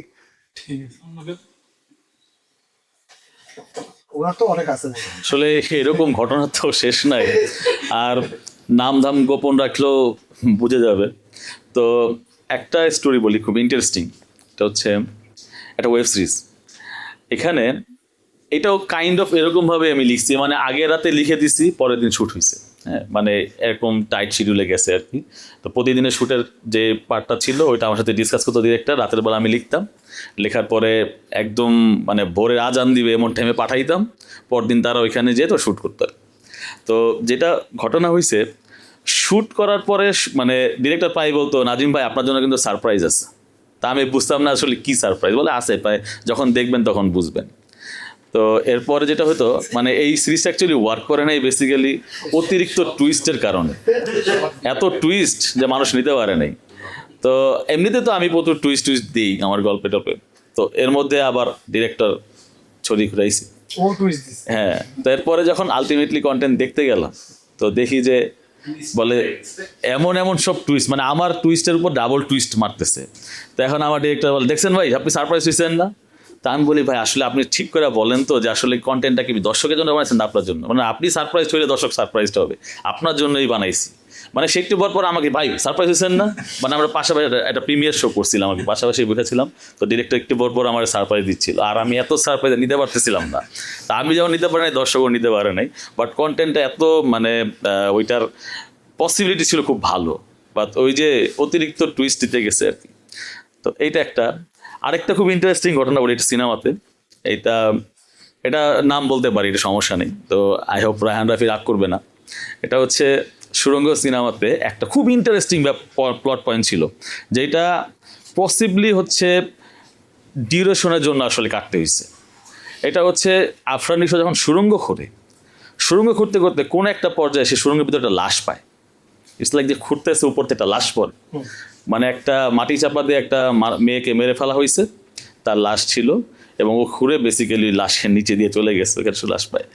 তো এটা শ্যুট করার জন্য হিউজ ডিফিকাল্টিস হয়েছে। কেমন ডিফিকাল্টিস হয়েছে, আমরা তো শ্যুট করছি চট্টগ্রামে, তো ঢাকা থেকে তো একটা টিম গেছে, বাট সাইড অ্যাক্টর ম্যাক্সিমামই ছিল চট্টগ্রামের, বিকজ এটা ঢাকা থেকে নিয়ে গেলে এটা তো আর ফিজিবল না, খরচ বেড়ে যায়। তো এখন ওইখানকার আর্টিস্টের জন্য একটা টিম ছিল, ওদের ছবি পাঠাইতো, আমরা ছবি দেখে চুজ করতাম যে হ্যাঁ ঠিক আছে। তো লাশের সিনটা কে করবে, লাশের ক্যারেক্টারটা কে করবে, একটা মেয়ে, ও ছবি দেখে ভাবি পছন্দ করছে, হ্যাঁ ইয়াং মানে নববধূ। লাশটা ছিল এরকম যে বিয়ের শাড়ি পর একটা মেয়ে লাশ। তো বলছে হ্যাঁ ঠিক আছে, মেয়েটা ওকে পারফেক্ট। এরপর যখন আমরা চট্টগ্রামে গেছি, আমি খুব লাকি যে সুড়ঙ্গ সিনেমা ফুল শুটে আমি ছিলাম, তো এইগুলো সামনে থেকে দেখা। তো ওই মেয়েটা যখন আসার পরে দেখি এই মেয়েটা এইরকম মোটা, কিন্তু ওর ছবি কিন্তু খুবই পাতলা ছিল, মানে স্লিম ফিগার। ও বলে ভাই এটা 3 বছর আগের ছবি। সবাই অত 3 বছর আগে ছবি তুমি কেন পাঠাইছো এই সেই বলছেন। এখন ও বলতেছে ভাইয়া লাশের ক্যারেক্টার আমি করতে পারবো, সমস্যা নেই কোনো, এই তোর সুরঙ্গে তুমি ঢুকবা কেমনে বেরো, আমার সমস্যা নেই, এটা আমি দেখবো, আমি গ্রামের মেয়ে, টেনশন করবেন না। তো একটু পরে ওরে লাশের মেকআপ টেকআপ দেওয়ার পরে নিশো ভাই আসছে, আইসা বলে আচ্ছা ও না হয় ঢুকলো, ওরা আমি বাইর করবো কেমনি এখান থেকে। তো এরপর ওই আর্টিস্ট চেঞ্জ করে ঢাকার থেকে আরেক আর্টিস্ট নেওয়া হয়েছে। তো এখন তো শিডিউলটা তো মিস হয়ে গেছে, মিস হয়ে যাওয়ার কারণে দেখা গেছে অন্য শুটে চলে গেছি আমরা। আর ঢাকা থেকে যে আর্টিস্ট আছে ও প্রতিদিন এসে লাশের মেকআপ নেয় আর হচ্ছে সেটে ঘুরে সারাটা দিন, কখন সুরঙ্গের ভিতরে লাশের সিনটা হবে, একটা লাশ ঘুরতেছে সেটের মধ্যে 3-4 দিন, এরকম ঘটনা কি মানে এমন মজার কাহিনী হয়েছে।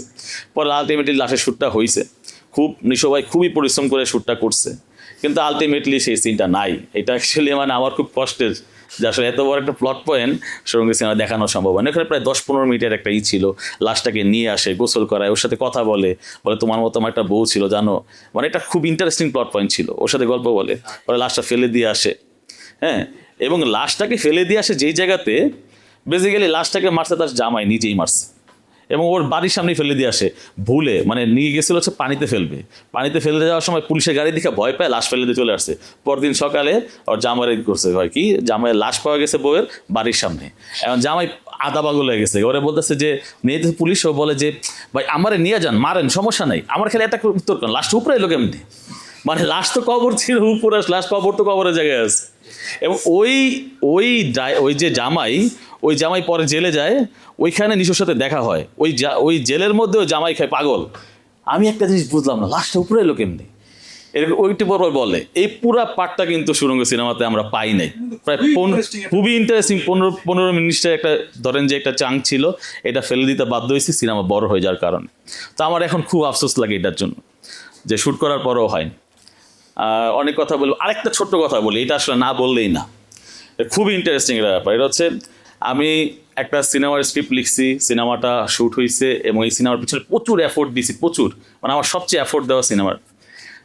এবং এই সিনেমাটা বেসিক্যালি নায়ক ছিল একটা মাঝি, কিন্তু পরে আমি দেখলাম নায়ক হয়ে গেছে আরেকজন, নায়কের ক্যারেক্টারই চেঞ্জ, মানে ইটস লাইক যে কি ইম্পর্টেন্ট একটা নায়কের ক্যারেক্টার, ও ওইখানে একটা সাবঅর্ডিনেট ক্যারেক্টার হয়ে গেছে, আর মানে নায়ক মানে আরো বেশি গুরুত্বপূর্ণ একটা আরেকজন হয়ে গেছে। এটা যখন আমি হলে দেখলাম আমি তো তাজ্জব হয়ে গেছি, এটা কিভাবে পসিবল হলো, এত বড় টুইস্ট আসলে আর হয় না। তো এই তো আমি বলতাম, কিন্তু বলতেছি কারণ এত ইন্টারেস্টিং জিনিস আসছে, আমার এত ইন্টারেস্টিং জিনিস নাই। না না, ওটা বলুক, আমি জাস্ট এটা এর মাঝখানে একটু বললাম, না হইছে, আর এর বেশি কইলে মনে করেন যে মানে আমার এত স্পেসিফিক নামের দরকার নাই, যদি বলতে চান সমস্যা নেই, বাট একটা সিন আপনি লেখছেন খুব এফোর্ট দেয়া, কিন্তু পর্দায় দেখছেন যে এটা ধারে কাছেও কিছু নাই, এবং এটা খুবই এটা আজব কিছু হয়ে গেছে। এটা তো অরহ হয়, ওই যে বলছি না যে স্ক্রিপ্ট রাইটাররা সবচেয়ে সহনশীল প্রজাতি, কারণ শুটে যে, কারণ এটা খুব স্বাভাবিক, ওই যে ভাই যেটা দাদা যেটা বললেন যে হচ্ছে যে আমি যখন নভেল লিখি তখন এটা মানে পাঠক একদম ফার্স্ট হ্যান্ড এক্সপিরিয়েন্স পাই, মানে আমি যা লেখছি ওইটাই পড়তেছে, ওর ইমাজিনেশন দিয়ে কল্পনা করে নিচ্ছে এবং ওর বেস্ট পসিবল ইমাজিনেশনটা ইউজ করে। কিন্তু একটা স্ক্রিপ্ট লেখার পরে বেসিক্যালি ডিরেক্টর এক ধরনের ইন্টারপ্রেট করে, আর্ট ডিরেক্টর এসে আর্ট ডিরেকশন চেঞ্জ করে ফেলে, তারপরে সিনেমাটোগ্রাফার এক ধরনের কালার লাইট চেঞ্জ করে, পারফর্মাররা ওই টোন বুঝলো কিনা জানি না, আর এক ধরনের পারফর্ম করে। সো নর্মালি আমাদের দেশে যেটা বলা হয় যে, আমাদের দেশে না সারা ওয়ার্ল্ডেই বলা হয় যে তুমি যেটা লিখছো তার 70% যদি স্ক্রিনে থাকে তুমি অসাধারণ ফিল্ম বানাইছো।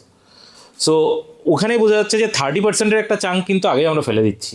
সো ওইটা আসলে হয় না। তো বাংলাদেশের ব্যাপারটা তো বাজেট লিমিটেশন আছে, তারপর হচ্ছে ডিরেক্টরের সাথে আন্ডারস্ট্যান্ডিংয়ের ব্যাপার আছে, এরকম অনেক কিছু থাকে। বাট আমার যেটা সুবিধা, আমি একদম ক্যারিয়ারের শুরু থেকেই যেটা সুবিধা পেয়ে আসছি সেটা হচ্ছে যে ওদের মতো এক্সপিরিয়েন্স আমার হয় নাই। আমি সবসময়ই আমার সাথে যে কাজ করছে আমি তাকে বলছি আমি স্ক্রিপ্ট শেষ করব, আমি 2-3টা ড্রাফট করব, তারপর আপনাকে পাঠাবো। আপনার সাথে আমি প্রথম একটা জায়গায় বসবো, সেটা হচ্ছে আমি যখন লাইন আপটা করবো, আমি লাইন আপ আপনার সাথে বসবো, আমি সিনসিনপসিস করে লাইন আপ করে আপনার সাথে বসবো, আপনি অ্যাগ্রি করেন কিনা আমারে বলবেন, ডিটেলিং যা কিছু করব আমি কয়েকবার করে তারপর সেটা। আমি আমার ক্যারিয়ারে যা কাজ করছি আমি সবসময় তাই, আমি এই যে শ্যুটের আগের দিন স্ক্রিপ্ট লিখে পাঠানোর এই জিনিস আমি পারি না। বাট আমাকে কিছু রাশেও কাজ করতে হয়েছে। খাঁচার ভিতরে অদিন পাখি মনে হয় সম্ভবত আমাকে 7 দিন না 8 দিন টাইম দেওয়া হয়েছিল পুরোটা, কিন্তু রাফির কাছে গল্পটা ছিল, বেসিক গল্পটা ছিল, আর প্লাস নাজিম ভাই হচ্ছে ওইটার হচ্ছে একটা স্ক্রিপ্টের ড্রাফটও করছিলেন। তো সব মিলাই ওইটা আমার হয় না। টানের ক্ষেত্রে ওই একই টাইম, খুবই কম টাইম দেওয়া হয়েছিল, 5 দিন 6 দিন এরকম সামথিং টাইম দেওয়া হয়েছিল। কিন্তু যেটা হয়েছিল যে আমাকে আইডিয়া বলার পর ওই থ্রিলারের একটা সুবিধা হচ্ছে যে আমি থ্রিলারের ফর্ম্যাটটা জানি, সো ওই ফর্ম্যাটটা ভাঙতেও আমি জানি। তো ওইটা আসলে আমি খুব ইন্টারেস্টিংলি ওই যে সাফল করতে পারি আগে পরে এইতে। সো ওইটা একটা ট্রাই করছিলাম, আর প্লাস তখন আসলে টাকার দরকার ছিল, তো ওই কারণে করে ফেলছিলাম। বাট পরে এখন যেটা আমি করি, এখন আমি টাকাও বেশি নিই, আর একটা জিনিস যেটা করি যে আমি সময় বেশি নিই। যে আমি বলি যে আমি আসলে অনেক সময় লাগবে, আমি ডেভেলপ করবো এবং আপনার সাথে আমি প্রসেসে থাকবো, বাট স্ক্রিপ্ট যখন করবো এবং স্ক্রিপ্ট জমা দেওয়ার আগ পর্যন্ত আপনার সাথে আমি বসবো না, ওইটা আমি আমার মতো করে ডিজাইন করতে চাই। সো এবং সেটাতে আপনি সারপ্রাইজ হইতে পারেন, টুইস্টও খাইতে পারেন, আই ডোন্ট কেয়ার, ওইটা আমি আমার মতো করে ডেভেলপ করতে চাই। তো আমার এক্সপিরিয়েন্স হচ্ছে খুব বেশি ডিফার করছে ব্যাপারটা এরকম না, বাট অ্যাজ এ ডিরেক্টর আমি এটাও জানি যে ও আসলে যে লোকেশন হয়তো ম্যানেজ করতে পারে না, আর্টিস্টটা আসে নাই, এরকম ছোটো ছোটো জিনিস ঘটে। সো ওইগুলো আমি আসলে দেখলেই বুঝতে পারি যে কোথায় কী প্রবলেম ঘটছে। সো ওই কারণে আমার খুব বেশি প্রবলেম আসলে বা কমপ্লেন আসলে নাই। আর আমি আসলে ডিরেক্টরের সাথে আগেই ওই এলাবোরেশন, মানে কী বলবো, যে এলাবোরেটিভ একটা ন্যারেশন করে রাখি যে আমি এই সিনটা এই কারণে চিন্তা করছি, এটা। সো ডিরেক্টর আসলে ওটার সাথে অ্যালাইন থাকে। আমি কি বলবো, আমার তো শুরুই হতাশা দিয়ে। আমি ওইটার ট্রমায় ছিলাম অনেক দিন, পরে তানিম ভাইয়ের সাথে আসার পরে ট্রমা চলে গেছে। এক পর্যায়ে এরকমও ছিল যে ওই পরিচালকের নাম উল্লেখ করা অফিসে নিষেধ ছিল প্রায় এক বছর আর কি। না সো ওইটার আমি তো নতুন আসছি তখন, অবভিয়াসলি আমি জানি, মানে আমি নতুন এক্সপোজার নিচ্ছি, দেখছি, সব কিছু শিখতেছি। আমাকে যা বোঝানো হচ্ছিল ওইটাই আমি বুঝতেছি আর কি। ইটস লাইক, মানে আমি 6 বছরের একটা শিশু, আমাকে যেটা বোঝাচ্ছে যে ফুটবল দিয়ে হ্যান্ডবল খেলতে হবে, এরকম বোঝাচ্ছে আর কি। সো ওইরকম বুঝ পড়া দিয়েই প্রথম 5-6 মাস গেছে আর কি। তো যখন আমি শ্যুটে দেখলাম যে মানে ফার্স্ট এপিসোডের সিনগুলা 6th এপিসোডে জোড়া মারা হচ্ছে, তখন আমি আসলে বুঝলাম না আর কি বিষয়টা। সো তখন আমি বুঝলাম যে আসলে কনফিউশন কোন লেভেলে চলে গেলে আসলে মানুষ নার্সিসিস্ট হয়ে যায়, এবং একজন নার্সিসিস্ট কখনো কনফিউজড হইতে পারবে না। তখন আমার মনে হয়েছে যে আমি আমার লাইফে এটা হইতে পারবো না। নার্সিসিস্ট সবসময় কনফিডেন্ট থাকতে হবে, ঠিক আছে? নার্সিসিস্ট যদি কনফিউজ হয়, তার মানে ও সাথে 140 জনকে নিয়ে পুরো টিমটাকে নিয়ে ডুবে, ঠিক আছে? মানে ক্যাপ্টেন অফ দ্য শিপ যদি কনফিউজ থাকে। সো তখন থেকে আমি করলাম যে আমি যেটা লিখছি ওইটা নিয়ে আমি শ্যুট ডে পর্যন্ত, ইভেন এডিটিং পর্যন্ত ফাইট করব, যে অ্যাটলিস্ট আমার পয়েন্টটা আমি বলবো। ওইখানে আমি আমার পয়েন্টটা বলতে পারিনি দেখে আমার ওই ট্রমাটা ছিল। এখন যেহেতু আমি ডিরেক্টর, আমার ওই রকম বুঝেই আমি মানুষের সাথে কাজ করি, সো এইটা এক্সপিরিয়েন্স হয়ও না। আর ওই যে আমি বেসিক যে কথাটা বলছিলাম যে টাইপরাইটার খোঁজে, তার সাথে আমি কাজ করি না আর কি। আমি রাইটার হইতে আসছি, টাইপরাইটার হইতে আসিনি। আপনি ভাড়া করে নেন অন্য কারো। নেক্সট টপিকে যাওয়ার আগে আমি জাস্ট আপনার কাছে একটা কোয়েশ্চেন আছে, এটা আপনি যদি নাম না নেন আমি সমস্যা নেই, আমি কাইটা দেবো। আপনার এমন নাই কোনো ঘটনা নেই? কারণ এটা তো আমি এটা মিস করলাম কেন? আমি তো এটাই বলতেছি, আমি তো খুব এক্সাইটেড শুনতে। না, আমি একটা স্ক্রিপ্ট লিখছি যেটা 1%ও নাই সিনেমাতে। এটা আমি কেমনে মিস করলাম? মানে আসলে কি, আমি সিনেমাটা ওন করি না, তো আমরা ডিজাইন করে ফেলছি। তো দ্যাটস ওয়াই যেটা হয় যে আসলে না, ওন করি না কথাটা বলা ভুল হবে। আমি ওন করি বিকজ হচ্ছে আমি আমার কোনো কাজে ডিজাইন করি না।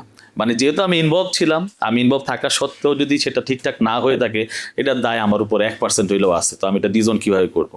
তো বেসিক্যালি ডিজাইন কেন করি না, এটা একটা রিজন আছে। হচ্ছে কি, ডিরেক্টরকে আমি খুব কাছ থেকে দেখছি তো, এবং আমি আসলে ডিরেক্টরের প্যারাগুলো বুঝছি।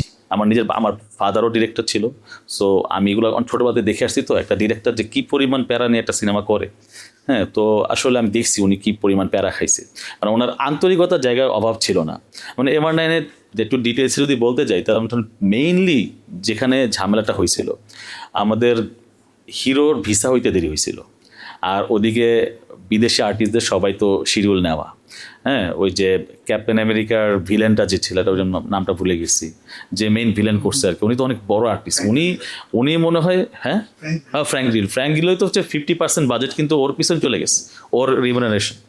ও তো 7 দিন শ্যুটের জন্য দিছে, ওর এর বেশি একদিনও দিবে না। আর সুমন ভিসা পাইছে হচ্ছে 7 দিনের পরে।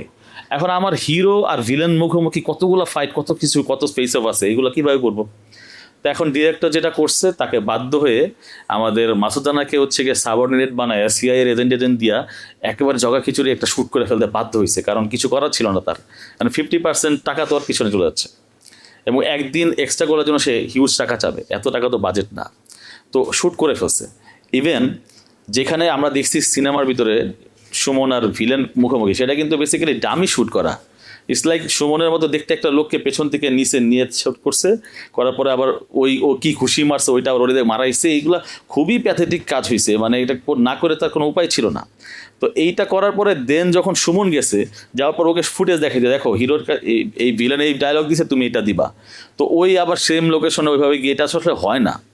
সো দ্যাটস ওয়াই অ্যাকচুয়ালি সে এই প্যারাগুলা খাইছে। এই সিনেমাটা অ্যাকচুয়ালি হয় নাই, মানে যেই স্ক্রিপ্টটা আমি লিখছিলাম কাজীদা তো শুনছে, কাজীদাকে কিন্তু আমার এটা খুবই একটা মানে আমার লাইফের খুব একটা দারুণ এক্সপিরিয়েন্স যে আমি ওনাকে সামনে যখন গল্পটা শুনাইছি, বা যারা মাসুদানা পড়ছে এটা বুঝতে পারবে। আসলে আমি কাজীদার সামনে ফার্স্ট টাইম যাচ্ছি ওই দিন, যে আজ থেকে ফোন দিছে যে স্ক্রিপ্ট রাইটার আসতেছে আপনাকে গল্পটা শোনাবে, তখন অলরেডি মার্কেটে বিভিন্ন আলাপ চলতেছিল যে সিনেমা ভালো হবে না, জাজ খারাপ করবে, এই সেই আলাপ হচ্ছিল। কাজীদা একটু কনসার্ন হয়ে গেছিলো যে না আমি তোমাকে দিলাম অনুমতি সিনেমাটা করার জন্য, কিন্তু তোমরা তো ঠিকঠাক করছো না মনে হচ্ছে, সবাই বিভিন্ন কথা আমাকে বলে। উনি তো সোশ্যাল মিডিয়া দেখে না, ওনার কানে বিভিন্ন কথা আসে। দেন আমাকে বললো গিয়া শোনা, আমি কাজীদার কাছ থেকে আমি তো ওনার গল্প শোনাবো, আমার পক্ষে তো সম্ভব না, আমি ইম্পসিবল। পরে জাজমাল্টি মিডিয়ার যে মালিক আজিজ ভাই উনি আমাকে বললেন নাজিম প্লিজ তুমি যাও, তুমি না বললে কে বল। দেন আমি গেলাম, এটা কিন্তু 18 নাম্বার ড্রাফট ছিল, অলরেডি আমরা 17-18টা ড্রাফট করে ফেলছি, ফিজিবিলিটি চেক করে যে আসলে সম্ভব কিনা আমেরিকায় শ্যুট করা। আর গল্প তো শুরু থেকে আমেরিকায় ছিল না, বাংলাদেশ ছিল, ঢাকা তো চট্টগ্রাম কথা, তারপরে ঢাকা থেকে বোম্বে যাবে কথা, অনেক পর লাস্টে না আমেরিকায় প্ল্যানটা হইলো।